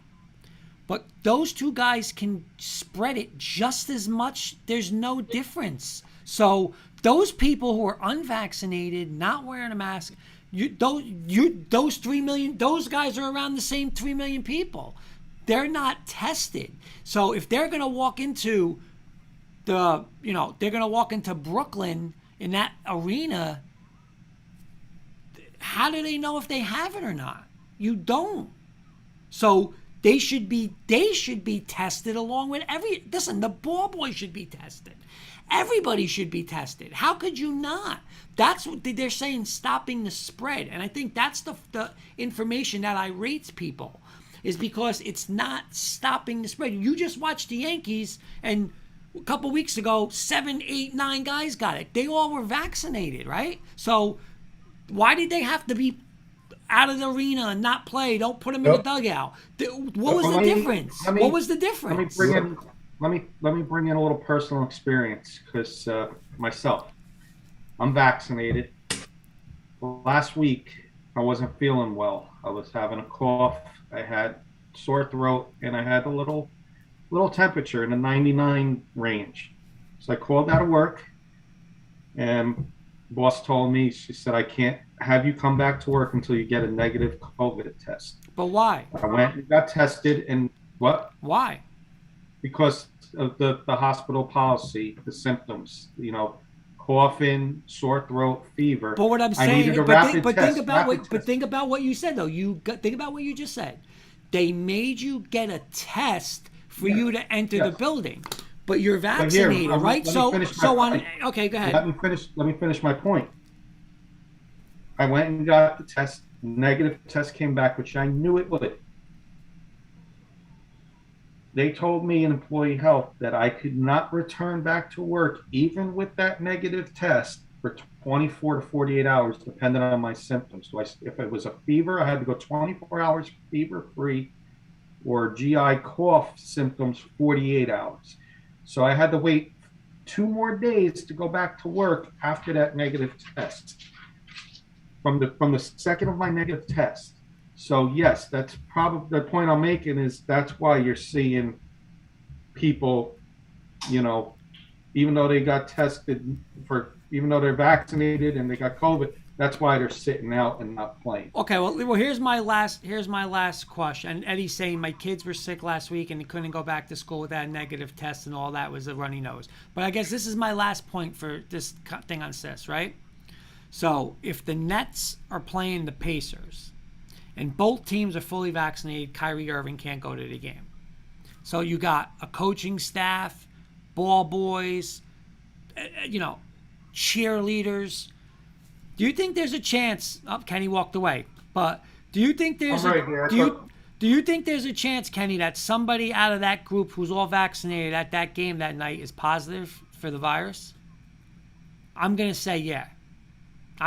Without symptoms. It's possible. Okay, so what did that prove? Like Beelan's saying, you got to test them. That's the only way you're going to say it is everybody here in the Nets tonight get tested. Okay, we're good. Everybody's safe. But if because Kevin Durant is vaccinated, we just don't test him. We don't know what he's doing. He might not know. He's symptomatic. He doesn't know. He doesn't know he has it, but he's spreading it like wildfire. That's where you get the problem, and people are like, it's not working. So I'm sorry, Sis. I know we took over your thing, but it's a hot topic. The discussion is great. Here's my thing. Like now in New York City, last year you had all these frontline workers who were right in it. They were in the field. They were in the battle. Now they're being let go. Right. If they don't get a shot. Right. But last year they were okay. Heroes. They were all exactly. They were all that, and we loved you and everything. And now you want to take their jobs. I mean, where does your constitutional right come in? I mean, that's what I really don't get. That's a personal choice, whether you want to get vaccinated or not. My sister, I love her to death. She's vaccinated. I'm not. Your wife is vaccinated. You're not. That's your choice. That's it. Right. But it's a great topic. So that's it for me for tonight with that. Okay. Anything else, Mr. Sis? Yes. You guys better beat Baltimore or I'll be all over you like white on rice. I'm going to be one myself. No, I'm buckwheat chops. But no, that's, again, anything else, Mr. Sis? No, that's my topic for this evening. Again, I thought it was interesting to bring it up because, again, like Kyrie makes $34 million. So whether he plays or he doesn't play, it's not going to hurt him in his pocket. Right. But again, it's his choice. But again, like I said, I'm going to repeat this one more time. How do you let players from other teams then come into the Garden and everything's good? They can play. Right. That's insane. Right. It doesn't make It's sense. insane. We're laughing, but think about it. It's crazy. It's nuts. All right, Kurt, since we're a few minutes behind, I wanted to do some 5-minute topics, but I'm going to cut them down to 2 to 3 minute NFL topics. Okay. The first one's a controversy one. So I know he's been with us every week, but it's a controversy topic. So I'm bringing in John for this one. Oh, he's perfect for controversy. Oh, yeah. 2 to 3 minute topics. I got some NFL topics, all right? The first one I got, and I'm going to start with John, and then I'm going to go Sis and Kurt, and then I'll end. Rookie quarterback struggles is the topic. I got 4 quarterbacks listed. I'm not listing Trey Lance because he hasn't really played. And I want to know which one, if any of these 4 are going to have a bounce back season, which ones are frauds, who could be the next Brian Leaf out of the sport. Trevor Lawrence, through 3 games, 54.2 completion percentage, 5 touchdowns, 7 interceptions, a 60.3 quarterback rating. Zach Wilson. Oh, and by the way, Trevor Lawrence's backup quarterbacks, C.J. Beathard, Kyle Lauletta. Zach Wilson with the Jets, 55.2, 2 touchdowns, 7 INTs, 51.6 rating. Josh Johnson, Mike White. Mac Jones, 67.5 percentage, 2 touchdowns, 3 INTs, a 79.1 rating. And Mr. Josh Fields, a whopping 40% completion rating, 0 touchdowns, 1 INT. I didn't write his rushing touchdowns down. 39.9 quarterback rating. John, what is, in a minute or less, what is the reason for these quarterback struggles, and are any of these 4 going to turn it around? Yeah, one that's going to turn around is Mac Jones. He has a defense. You know, every other team doesn't have a defense. I don't think Fields was even prepared to play last week. That was just crazy. But Mac Jones, yeah, I mean, listen, they're going to struggle. I mean, it's a rookie quarterback, of course. What are they going to tell you? The first thing to do, blitz 7, 8 guys at him. You know, like they no matter how good they're going to be, you know, in the next couple of years, they're going to get happy feet. So I just think Mac Jones is like Mac Jones should have been the #1 pick overall. This kid's going to be a stud, and I hate it because he's on the Patriots. 3 to 4 quarterbacks in the top 10 or top 15 were in the AFC. I actually have a picture with Trevor Lawrence. Sis, how about you? You think any of these quarterbacks are going to turn it around? Nope. And I agree with John. Out of all 4 of them, Mac Jones, whether it's this year, next year, whenever, he'll be the best of the lot. And I think Justin Fields will be a bust. Kurt. I 100 agree with Sis. Justin Fields better learn how to catch punts and be a slot receiver, because he might be by next year he might be out of the league. Wait, what's John drinking there? What's John drinking? I caught that. Oh, iced tea, huh? Turkey Hill, baby. Turkey Hill. Yeah, but Sis is right. I mean, listen, you better run Ohio State offense, because he's a mess back there. And I'm still, listen, you know what? I think Zach Wilson's going to be good. I think Trevor Lawrence is going to be good. And I think Mac Jones is going to be good. It happens. Like, the first year, you know, it's going to happen. I think that the biggest thing, though, like the biggest thing, Kenny, what you said, and I think it's the biggest mistake, would be like, bench Zach Wilson. No, don't bench him. Let him play. Let him go through it. Who cares if he throws 40 picks? He's got to go through it. The same thing with Lawrence, the same thing with Mac Jones. First off, why would any of those 3 teams bench him? For what? They're not going to win. You don't even want to win. Let them go through the season. You agree with that, Beelin, or no? Oh, yeah. Just listen, at the end of the day, Zach Wilson can go, I mean, hopefully he doesn't, but 0-17. Who cares? But he's got to play. He's got to play every single down. Yep. He's got to go through whatever's happening and just and go with it. It happens. Look, and I know this is crazy to even say, and people use this all the time, but Peyton Manning went 3-13 his first year. Yeah, and look, he has the record, right, for interceptions as a rookie. Yeah. I think he's got the So yeah. And listen, at the end of the day, think about it this way too. You know, the Jets, if Jets are really going to be bad this year, they could potentially have 2 top 10 picks this year. You know, and if they really want to do something with crazy, like just build that offense and have that you know, Beckham, Vera Tucker, and 2 other studs that are coming out. I mean, with Zach Wilson, that could be a monstrous, you know, offensive line that helps out Wilson. But at the end of the day, it's like, I feel like you always have to help these guys out. You have to get them talent. You have to get them, like, Corey Davis is not an A guy. You know, he's probably B at best, you know. But you got to get, and it's hard, you know, like Mark Sanchez was when Mark Sanchez was there, he had Brandon Marshall and Eric Decker. Like, come on, those two are studs. Like Corey Davis. I was okay, but I was like, he's like a number 2. Maybe if that. And you know what, So, Kenny? Beelin's right, because Keyshawn, somebody was on, I forgot who was on, but they were talking about Rex Ryan. You just mentioned Mark Sanchez, and they said when he was a rookie, they were talking about Justin Fields and like how it was like disgraceful with the game plan and everything. Like Beelin said, wasn't ready. But they were saying when Mark Sanchez took that team to AFC Championship games, they said that Rex Ryan went to the offensive coordinator, which I believe was Brian Schottenheimer at the time, I think, right?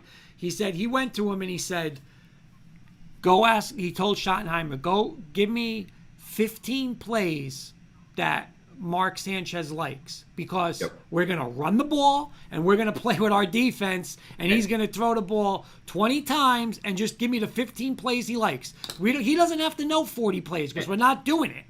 And what's funny about that too, I remember seeing that, and I think it was actually Keyshawn that was saying it, because this is when he was talking to Zach Wilson about it, is that one of his best plays that he did, and you go back to those years when it happened, it was a rollout to the opposite side, and then Mark Sanchez was just bombing down. That's when like Marshall would just jump up and get it. Yep. It's crazy. You got to get them talent. Yep. Talent. But let him play. Don't pull him. Kenny, do you think they should pull him? I get both of your points. I just don't like having no competition for neither Lawrence or Wilson. No competition going into the season. That being said, Lawrence has some more weapons than Wilson, so I would be a little more concerned with Trevor Lawrence's performance over Zach Wilson. Trevor Lawrence has got DJ Chark. He's got Chenault. He's got some young receivers there. Zach Wilson, like Beelan said, got Corey Davis, who's your number 1 guy. No proven people over there. But Kenny, I got one question. Beelan, I'm sorry, but here's my one question where I totally defend what Beelan's saying. And Sis, as a coach, I'm going to ask you, but Kenny, you too, okay? If you want to bring in, say you bring in like, give me an old veteran, give me like Nick Foles. Nick Foles. And just say Alex Smith if he could play, right? So say Alex Smith was on the Jets. Who do you think is going to look better in training camp? Alex Smith or Zach Wilson's going to make mistakes. He doesn't know the offense. So you're going to look and go, well, look, Alex Smith doesn't throw picks in practice. He knows the offense better. He's the starter. Where is that going to get you? It's not going to get you anywhere. Well, here's my thing. Let the rookie play. Here's where I disagree. He's the number 2 pick. Here's where I kind of disagree. Justin Herbert did not start for the Chargers last year. It was Tyrod Taylor's team till he got hurt. You bring Zach Wilson in, bring Trevor Lawrence in week 6, week 7, give them a few more weeks to get the reps, and then bring them in. I disagree. I think not having a competition from day one, big mistake. Here's the perfect example. Baker Mayfield. First year, terrible. Second year, what happened? They brought him talent. He was pretty good. Third year, what happened? He looks pretty good. He looks pretty good. You know why? He's got OBJ, Landry, Njoku, Cooper. He's got talent. But what else, Beal? You know what they got? They got probably a top 3 running game and a defense. He doesn't have to do everything. Come on, that's the way to go. Here's the thing with Jets. Here's the Browns. Here's the thing with Jets, because they always talked about, and they always said Brady, Belichick. What do you need? The head coach and the quarterback. And you know what? The Jets have it. The Jet fans can't be unrealistic now. Oh, we don't want Zach Wilson. We don't want. Those 2 guys should be there for the next 4 years. Don't touch the quarterback. Don't touch the head coach. Like Beelan's saying, build a line for him. Build this guy's a great defensive coach. He'll get that defense good. Build a line for Wilson, and then in 3-4 years say, is he the guy or not? But not like I don't want them getting Alex Smith. And not for nothing, Kenny. Just real quick, a good example too is Daniel Jones. Everybody's ripping on this dude, but no joke, Galladay has 5 drops in 3 games. 5. That's not a number 1. Get him out of there. I'm making a bold prediction of who's going to be the best out of these 5. It's going to be Trey Lance because he's not playing this year. Oh, He threw one pass. He threw a touchdown. They haven't made him throw another pass all year yet. Kurt, how about this? Good example too. Drew Lock, same team as last year. Look what the difference between Drew Lock and Teddy Bridgewater.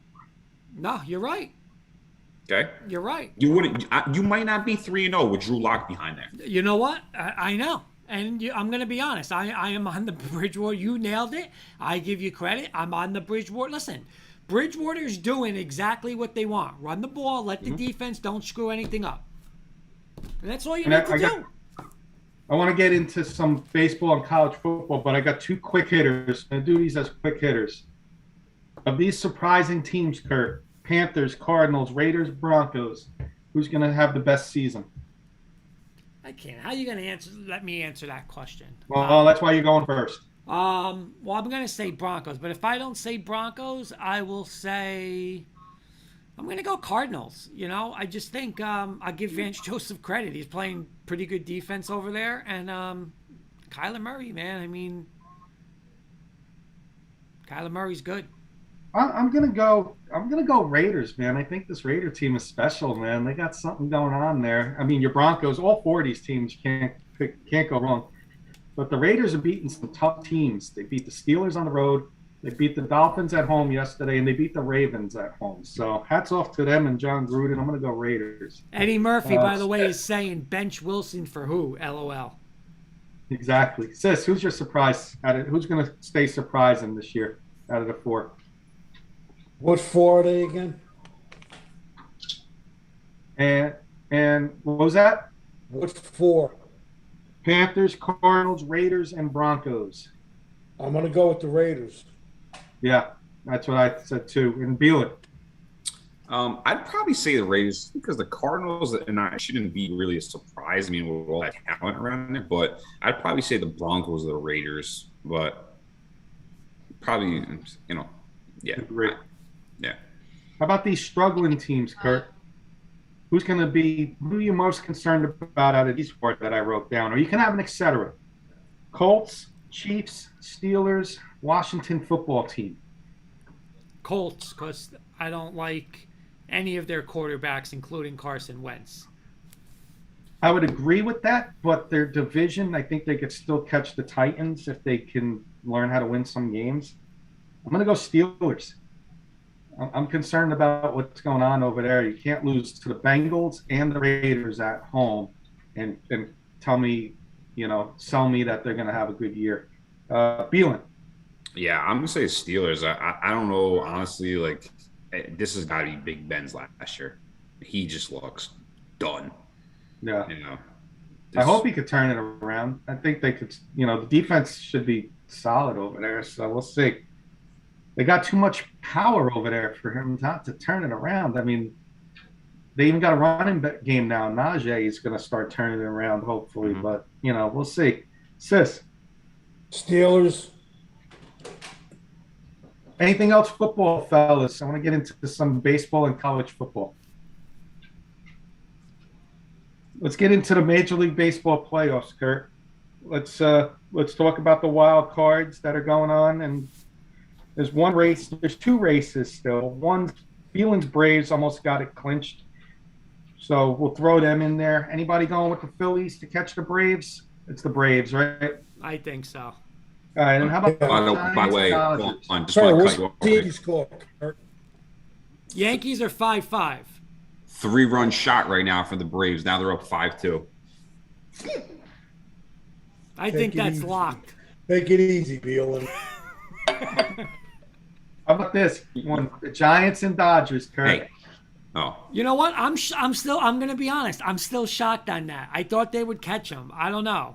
5 games left, right? What do they got? 5 games? 2-game lead? 103 and 54 and 101 and 56. A classic race over there in the West. I don't know. How's a wild card going to be a 100-win team? I'll tell you this, though. But the hottest team in baseball, 17 wins. That Cardinal-Dodger game is going to be sick. I got a better one for you. The Dodgers won 106 games. They might have to make a playoff game to make it. I know. That's insane. Go back. How about this, sis? Go back 10 years when there's no wild card. They wouldn't make one it. of these teams wouldn't even be in the They playoffs. they wouldn't even be in it. That's right. So hats off for having a wild card because both these teams obviously deserve it. Beelan, Let's do you the know I wild love card. you, Beelan. National League wild card. By the way, Kenny, real quick, going back to the Yankees, I was actually watching some videos probably like 2 months ago where you guys were ragging on Stanton, and now all of a sudden Stanton's the holy grail of the Yankees now. I admit it. I admit it. By the way, 6-5 Bichette just homered. 6-5 Toronto. Ugh, What inning, Kurt? 8th. bottom of the eighth. It's all right. We got time. You're right, John. We all were saying Stanton. The wild card is the Cardinals, so there's really no other races in the National League. What I want to get into is the American League. You got the Rays, White Sox, Astros, all clinched their divisions. Now it's the wild card. Kurt said the Yankees are losing to the Blue Jays, but the Yankees are 90-67. Red Sox 88-69. What are they winning tonight against The Yankees have a 2-game lead in the wild card. Kenny. Boston is up 5-0. Boston lost yesterday, so they're up 5-0. They're in second. They got the second wild card. But the Blue Jays and Mariners have 70 losses, and the A's 73 losses.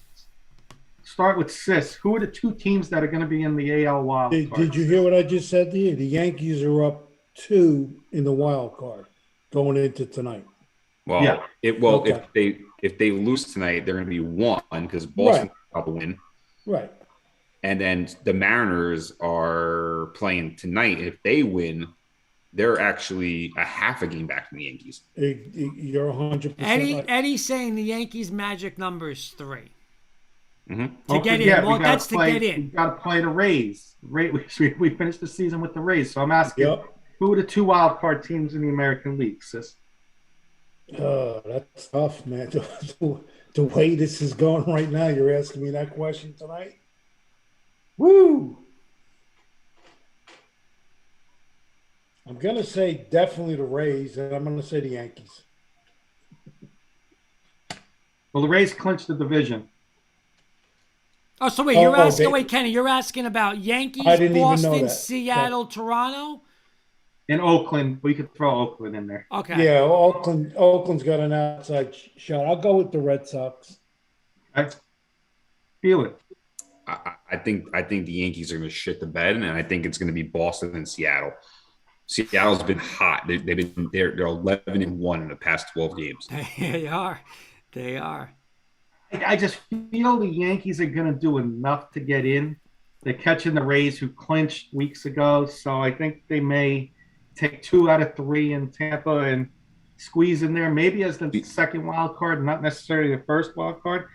I think Toronto's something. I think they got it. I think I like that young team over there. I'm going to go with Toronto and the Yankees. I'm going to say the Yankees play Toronto in Toronto. Before Kurt goes, so Boston plays Washington their last 3 games. Okay, so those are pretty much kind of almost like shoo-ins. And then the Yankees play the Devil Rays. Seattle plays what the hell? I just saw it. So what does Seattle play? It's not easy for the Yankees. Angels. And the Angels. So and who's Toronto? Look who Toronto plays.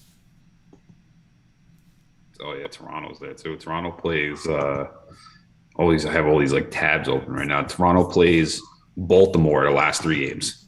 Yeah, that's why I got Toronto in there. This is gonna be a good next week. Good week. Who you got?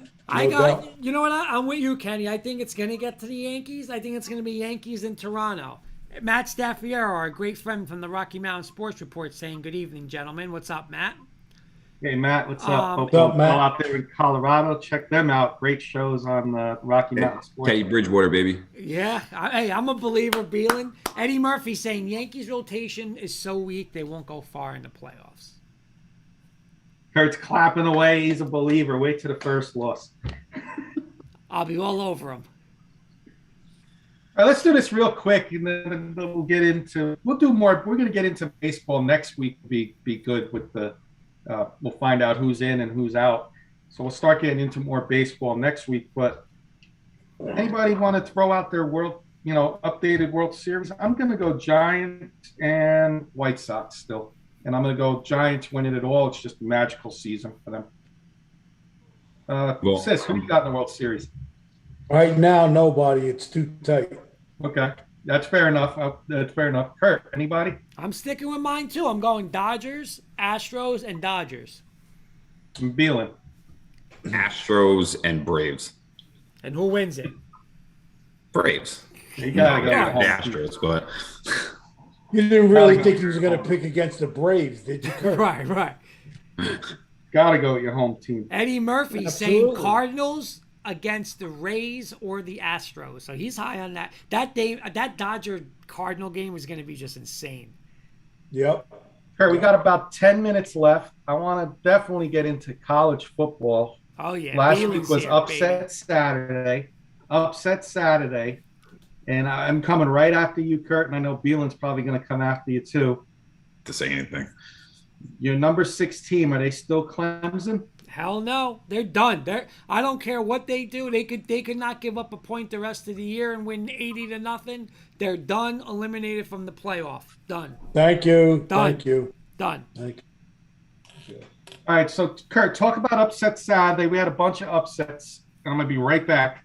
Iowa State got beat. A&M. Like, which one surprised you the most out of all of them? Oh, again, And then A&M, go around the horn. You know what? A&M, I mean, a lot of people here loved A&M, and I don't know. I wasn't a believer on them. Their quarterback was injured. They had a young quarterback against Arkansas, and we're going to see how for real Arkansas is boys this week. They're going to go into Georgia. Other than that, there were some great games. Even the Oklahoma-West Virginia was a great game. You know, Oklahoma's like playing with fire there, Beelan. You know, like they're another one. I can't. I still can't believe they're 6. They're playing games like 14-7. Like, what? I'm just going to say this, and not because this is on the panel. What? Not because we're SEC homers, but you really got to admit that it's Alabama, Georgia, and everybody else. There is that separation right now. I mean, nobody could be unrealistic and say there's a better team than Alabama or Georgia. You know, like, listen, I know, Beelan, I know you say you want to put Georgia 1 over Alabama. That's fine. I mean, just there's no way. I don't want to hear Penn State. I mean, listen, I know me and Sis had Penn State 3 last week. I still have Penn State 3. But if you said to me Penn State versus Alabama or Georgia, I would say it's at least a 17 to 20 point spread in those games. I just think there's nobody that could play with those two teams. That's just my opinion. And, you know, we're going to see this week. You know, they're both going to get tested. They're both home, but you got Arkansas and Georgia, Ole Miss and Alabama. And I don't know. I think after last year, Alabama's home, after Kiffin put all those points last year, we'll make picks tomorrow, but I think it's not going to be good news for Mr. Kiffin this week. I think Alabama's going to just lay it on him. Saban has never lost to any former assistant. I don't think he's going to this week, Sis. No. You know, Clemson's at Kenny, but talk about last week. Clemson's such a disappointment. You know, like, even when their offense woke up a little late, now their defense has to step up. And listen, NC State's okay, but I mean, come on, you can't hold NC State. Like, that's it. Listen, and Sis's boy Paul Feinbaum today said it. Clemson's dynasty is officially over. He said it's over. Yep. It's over. Yep. So, You know, I'm going to give you another team that I'm calling a fraud right now, and that's Iowa State. You know, you can't go and lose to Baylor. I'm sorry, even though Baylor's undefeated. And, you know, Iowa State, that's a rival game. You're at home. You got to beat that Iowa team. yep. Which they didn't. And then you go and you lose to Baylor. You're done now. You're done. You got no shot for a national championship. But I'm going to go back real quick. I'm going to throw 2 names out there for that USC coaching now. I know we said no way he's Mr. Iowa. Is Matt Campbell, if he has a down year and USC offers him the job, does he ship over to USC now? I don't think so. Shaking his head no. Kurt, what do you think? No, I mean, listen, and again, I'm sorry. I don't know if I'm putting if I'm the president or AD there, I'm giving him that job to. I'm going to throw one name out there. I know this is off topic. This is a name that we didn't talk about last week, and this is a team that rebuilds and doesn't reload. So I think he would be phenomenal in USC and bring a physicality to that team that he hasn't had. Pat Fitzgerald at Northwestern. Nobody's talked about that name. And that guy knows how to coach, and he's just got a rebuilding team this year, so he's down this year. If USC offers him a spot, does he go over there? Mm-hmm. I still think they needed like a NFL coach that had experience in some type of system, because some of these like Campbell going from Iowa to there's a lot of decision making. A lot of people don't understand too. You gotta remember, there's a lot of state tax in California. So even though you might be getting paid more money and people want to jump because you're getting paid more money, you're paying more to the government than Iowa. You know what I mean? Like Iowa might be, whatever, less money per year. So a lot of people make those into decisions too, as well, Beelan, you know who I would hire? You think I'm crazy? I would go hire Joe Brady from the Carolina Panthers. You know what? Yeah. You know what? He showed you what he did with LSU. He might get an NFL job, but to turn down USC, what job is he going to get in the NFL? He's going to get a garbage job. Go to USC to be a head coach. Now you're going to recruit. You're going to get a top 5 quarterback. I can tell you that. That's going to play for him. Yeah, but do you want to go backwards, especially being that young? Exactly. It's tough for him. I know. But I'm saying USC is a good damn job. Yeah. Yeah, one more before we get into our top 4 and our first 2 out. Kurt, who's on upset alert this week? Upset alert. I got one. Go ahead. Let me look at my board. And I'm a fan of this team, and I just think if they can get by this team, they're going to go really far this year. Iowa's on upset alert against Maryland. Friday night, right? Maryland's been playing really tough. Tua's brother's been looking good over here down. I'm a little nervous about this game. Oh, I got one. Michigan. Who they playing? At Wisconsin.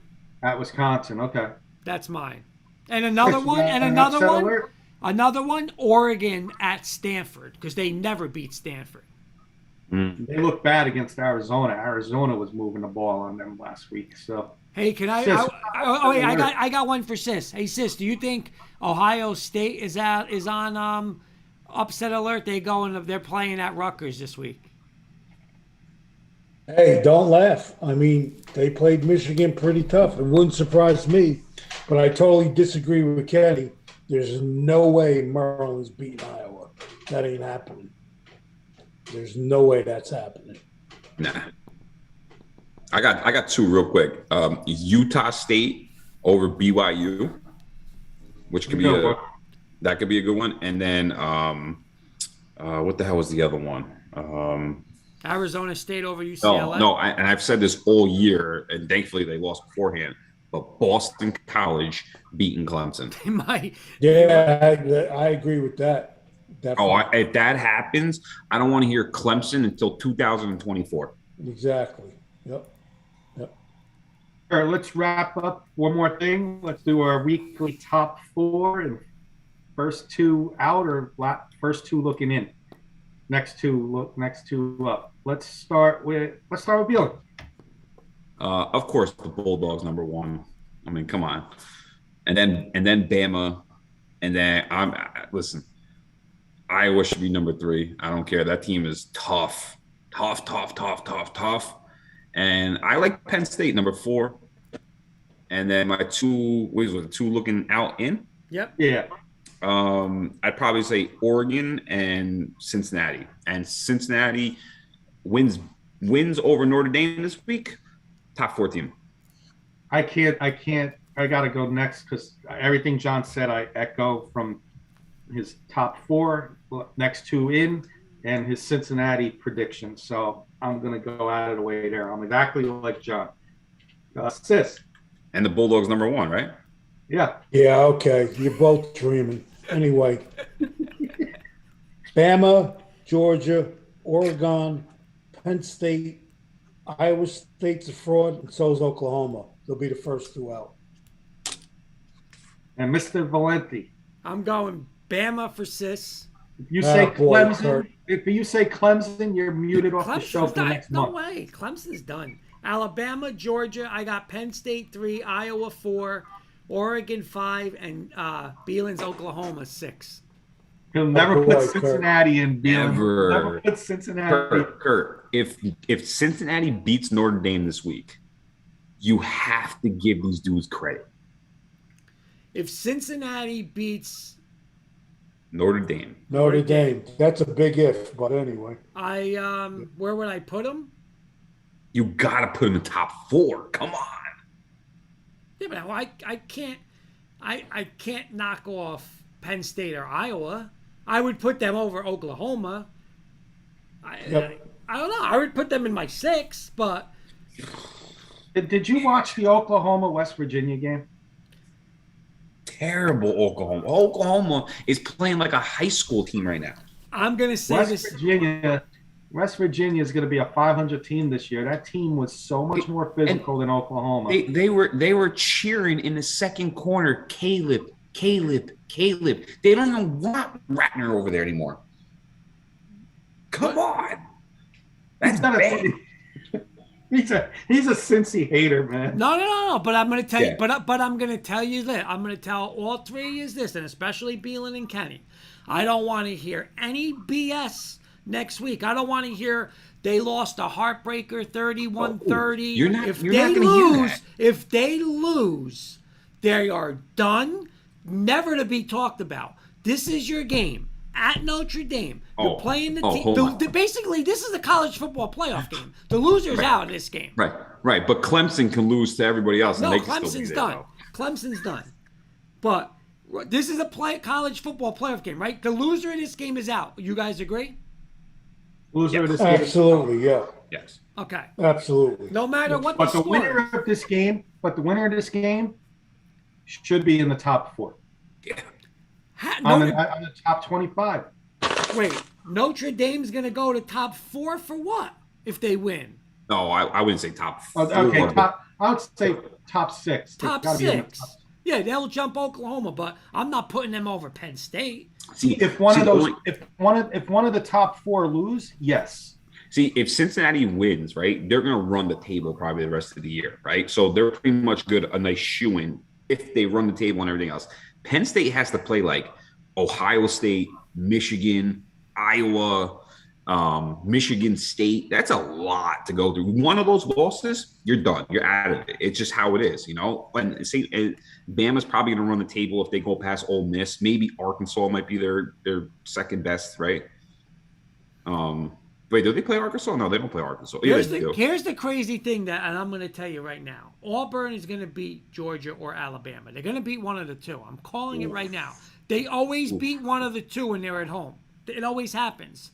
So if they beat Georgia, see now this is where you guys are going to disagree with me. I know we have a couple minutes. Just say for anything, just say Georgia loses to Auburn, but Georgia beats Florida and Georgia's in the SEC championship. Alabama now beats Georgia in the SEC championship. Georgia has 2 losses. You still think that Cincinnati should go before a 2-loss Georgia team? If they're undefeated, yes. Yes. Who would win that game if it was Georgia versus Cincinnati? The thing is, you lose, you move out. You move out of the playoffs. You should be out of the playoffs. That's why when Clemson lost to Georgia, they moved 2 spots? No, they should have been knocked out. And then you got proven why they got knocked out because they lost to Wolfpack. To still put Clemson in the top 25. I know. How crazy. much more prejudice towards certain teams can we get? Because you look, though, and they lost by 3 points to – you guys all agreed that Alabama and Georgia are here and everybody else is there. And you had a team that basically shut out Georgia and they threw a pick 6. Otherwise, they would give up 3 points to a team you're saying is so much better than everybody else. So and you lost to an NC State team. That's a different story. Different story is NC this week. But if with that one loss, they were still the 3rd probably best team in the country. They were. So they're still the 25th best team in the country, you say? You think, let me ask something. You think there's 20 other teams? If you had to say you had to pick a team to play Alabama and Georgia, you would pick 20 other teams than Georgia? No, than, but I'm going to give you go to the top 25 right now, and if I'm wrong, I apologize. Is Boston College in the top 25? They're on the outskirts. No, they should be in because they're going to beat Clemson this week. Yeah, I think they can beat Clemson. And they're undefeated in the ACC, and they're not in the top 25. Clemson is. Okay, we're gonna end it with this. Sis, I'm gonna ask you a question. You're the Alabama fan, right? Do you think Clemson, if I said to you you had to play Clemson, do you think there's still a chance that Clemson could play with Alabama, potentially beat Alabama? But if you had to play Clemson, would you say it's an automatic woodshed and you don't respect Clemson at all? Woodshed, number one. Number two, Alabama this week, to me, if they roll over Ole Miss, there's nobody touching them. But my point, though, is Kenny said to me about rankings, right? Like, I look at it like this. If you said, okay, I'm going to name some teams that are ahead of Clemson, and now I'm looking at, can these teams beat Alabama or Georgia? Wake Forest, no. No. NC State, no. No. Auburn? No. We're going to see, though. They're going to play them. Okay? No. You're doing this wrong, Kurt. But wait. But they can beat Clemson. But wait. They can beat Clemson. Baylor. Because nobody in this country that can beat Alabama. This is the thing, Kurt. They, back-to-back weeks, they lost to the Wolfpack, and they scored 14 points against Georgia Tech. I agree. Listen, I agree with you. But what I'm saying is, I agree with you. But what I'm saying is, still, if you said to me, when Sis got up, the argument real quick because we're about to end the show was should Clemson be still in the top 25? And Kurt's saying yes because they held Georgia to 10 points, 3 points on. Well, I just thought he was asking me, can Clemson beat Auburn? That's what I mean. Can Clemson beat Auburn? I was saying, no, I don't think they can. Right now, there's nobody that can beat Alabama and Georgia except each other. Alabama can beat Georgia. Georgia can beat Alabama. Okay, so time out. You just answered your question. Don't ask me now. You guys are arguing about after Clemson lost week 1, you're saying they shouldn't have been there. You just said, Kenny, on air, nobody could beat Alabama or Georgia. You watched a team shut out Georgia, lose by 3 points by throwing a pick 6, but their defense shut them out. So how could you say that they're not team not now? Week 1. How many points did NC State score on Clemson's awesome defense? And actually, Kurt, Clemson only scored 7 points against Georgia Tech because the other one was a defensive interception return. So you score 7 points against Georgia Tech, but that Georgia game should be what? Phelan, I agree with you. Right now, they are out. They're totally out. They're done. But after week 1, I'm sorry. When I watched that game, they probably outplayed Georgia. So. They're right there. Last example, 2020 Denver Broncos had a top 10 defense, top 5 defense on paper? 21st, actually, officially. Well, I was got that written down. They were 20. Hold on, I have it written down. It was like 17th, 23rd, and 21st. Who was a top defense last year? Bears had a good defense. Ravens. All right. Well, how about a team that didn't make the playoffs? Rams. Okay. The Rams last year, Kurt. My point is, Rams had a top defense and they didn't make the playoffs. What is so different than Clemson's defense? Just because they stopped somebody, they got no offense. Right, but here's what happens. When you get into a college football playoff and you're going to play Sis's Alabama or Georgia, but I'm going to talk about Alabama. We watched it with Oklahoma. Here comes Oklahoma and Rattler. Listen, they didn't punt once, Alabama, because their defense stinks, right? Then you get Notre Dame and, but look at them and their defense. They don't punt one. They don't punt once. It's the same gimmicks. The same if gimmicks. If Alabama played Clemson right now, what would the point spread be? 30. Today, 17 No, maybe. I'm joking. 17. All right, 17. 14, So again, 14, 17. I don't know. Probably less. I don't know about that. I think it would be at least 17 points at minimum. Clemson with their cupcake schedule have two. Cupcake schedule. They cannot play in the ACC. That ACC is a joke. No different than Notre Dame playing in the Independence League. It's a joke. Yeah. You want to go play with the big boys? Tell Clemson to go to the SEC. I mean, SEC. Tell them to go to SEC and go play with the big boys. You want to go play? Go play. Don't. Oh, we run the table every year. Dabo is 12-1 or 12-0 every single year because you don't play anybody. Go play people that actually do. Your record's not going to be 12-0 every year. I don't care what you say. Boston College takes care of them. Boston College is taking down Clemson this week, and I don't want to hear Clemson until 2024. Stamp it. And then they'll be in the top 10 next year. Absolutely. I don't know if I could top that one, so I think it may be time for final thoughts. Final thoughts. Who's starting? I'm just saying this. Boston College over Clemson this week. Book it, stamp it, call a day, call Bear, and tell Bear to have that on the freaking ESPN on Saturday morning. Okay. My final thoughts, I'm going to go next, is I didn't mention this at the intro, but I'm going to mention it at the outro. My next trip to Atlantic City, we need to do K&K live from the sports book. Man, that was an experience in itself. The Ocean, John said the Revell, it's now the Ocean. The Ocean. Yeah, it changes. William Hill Sportsbook, man. Hats down to them, man. Awesome place. I was in the Lazy Boy watching 3 games at once on the 300-inch TVs. It was incredible. And it looked like the stock exchange below it, like all the odds flowing by. You know, definitely road trip next time I come up. All of us, Wits and Wagers, live on a Thursday night. We'll talk to the people at the Ocean and do a live show.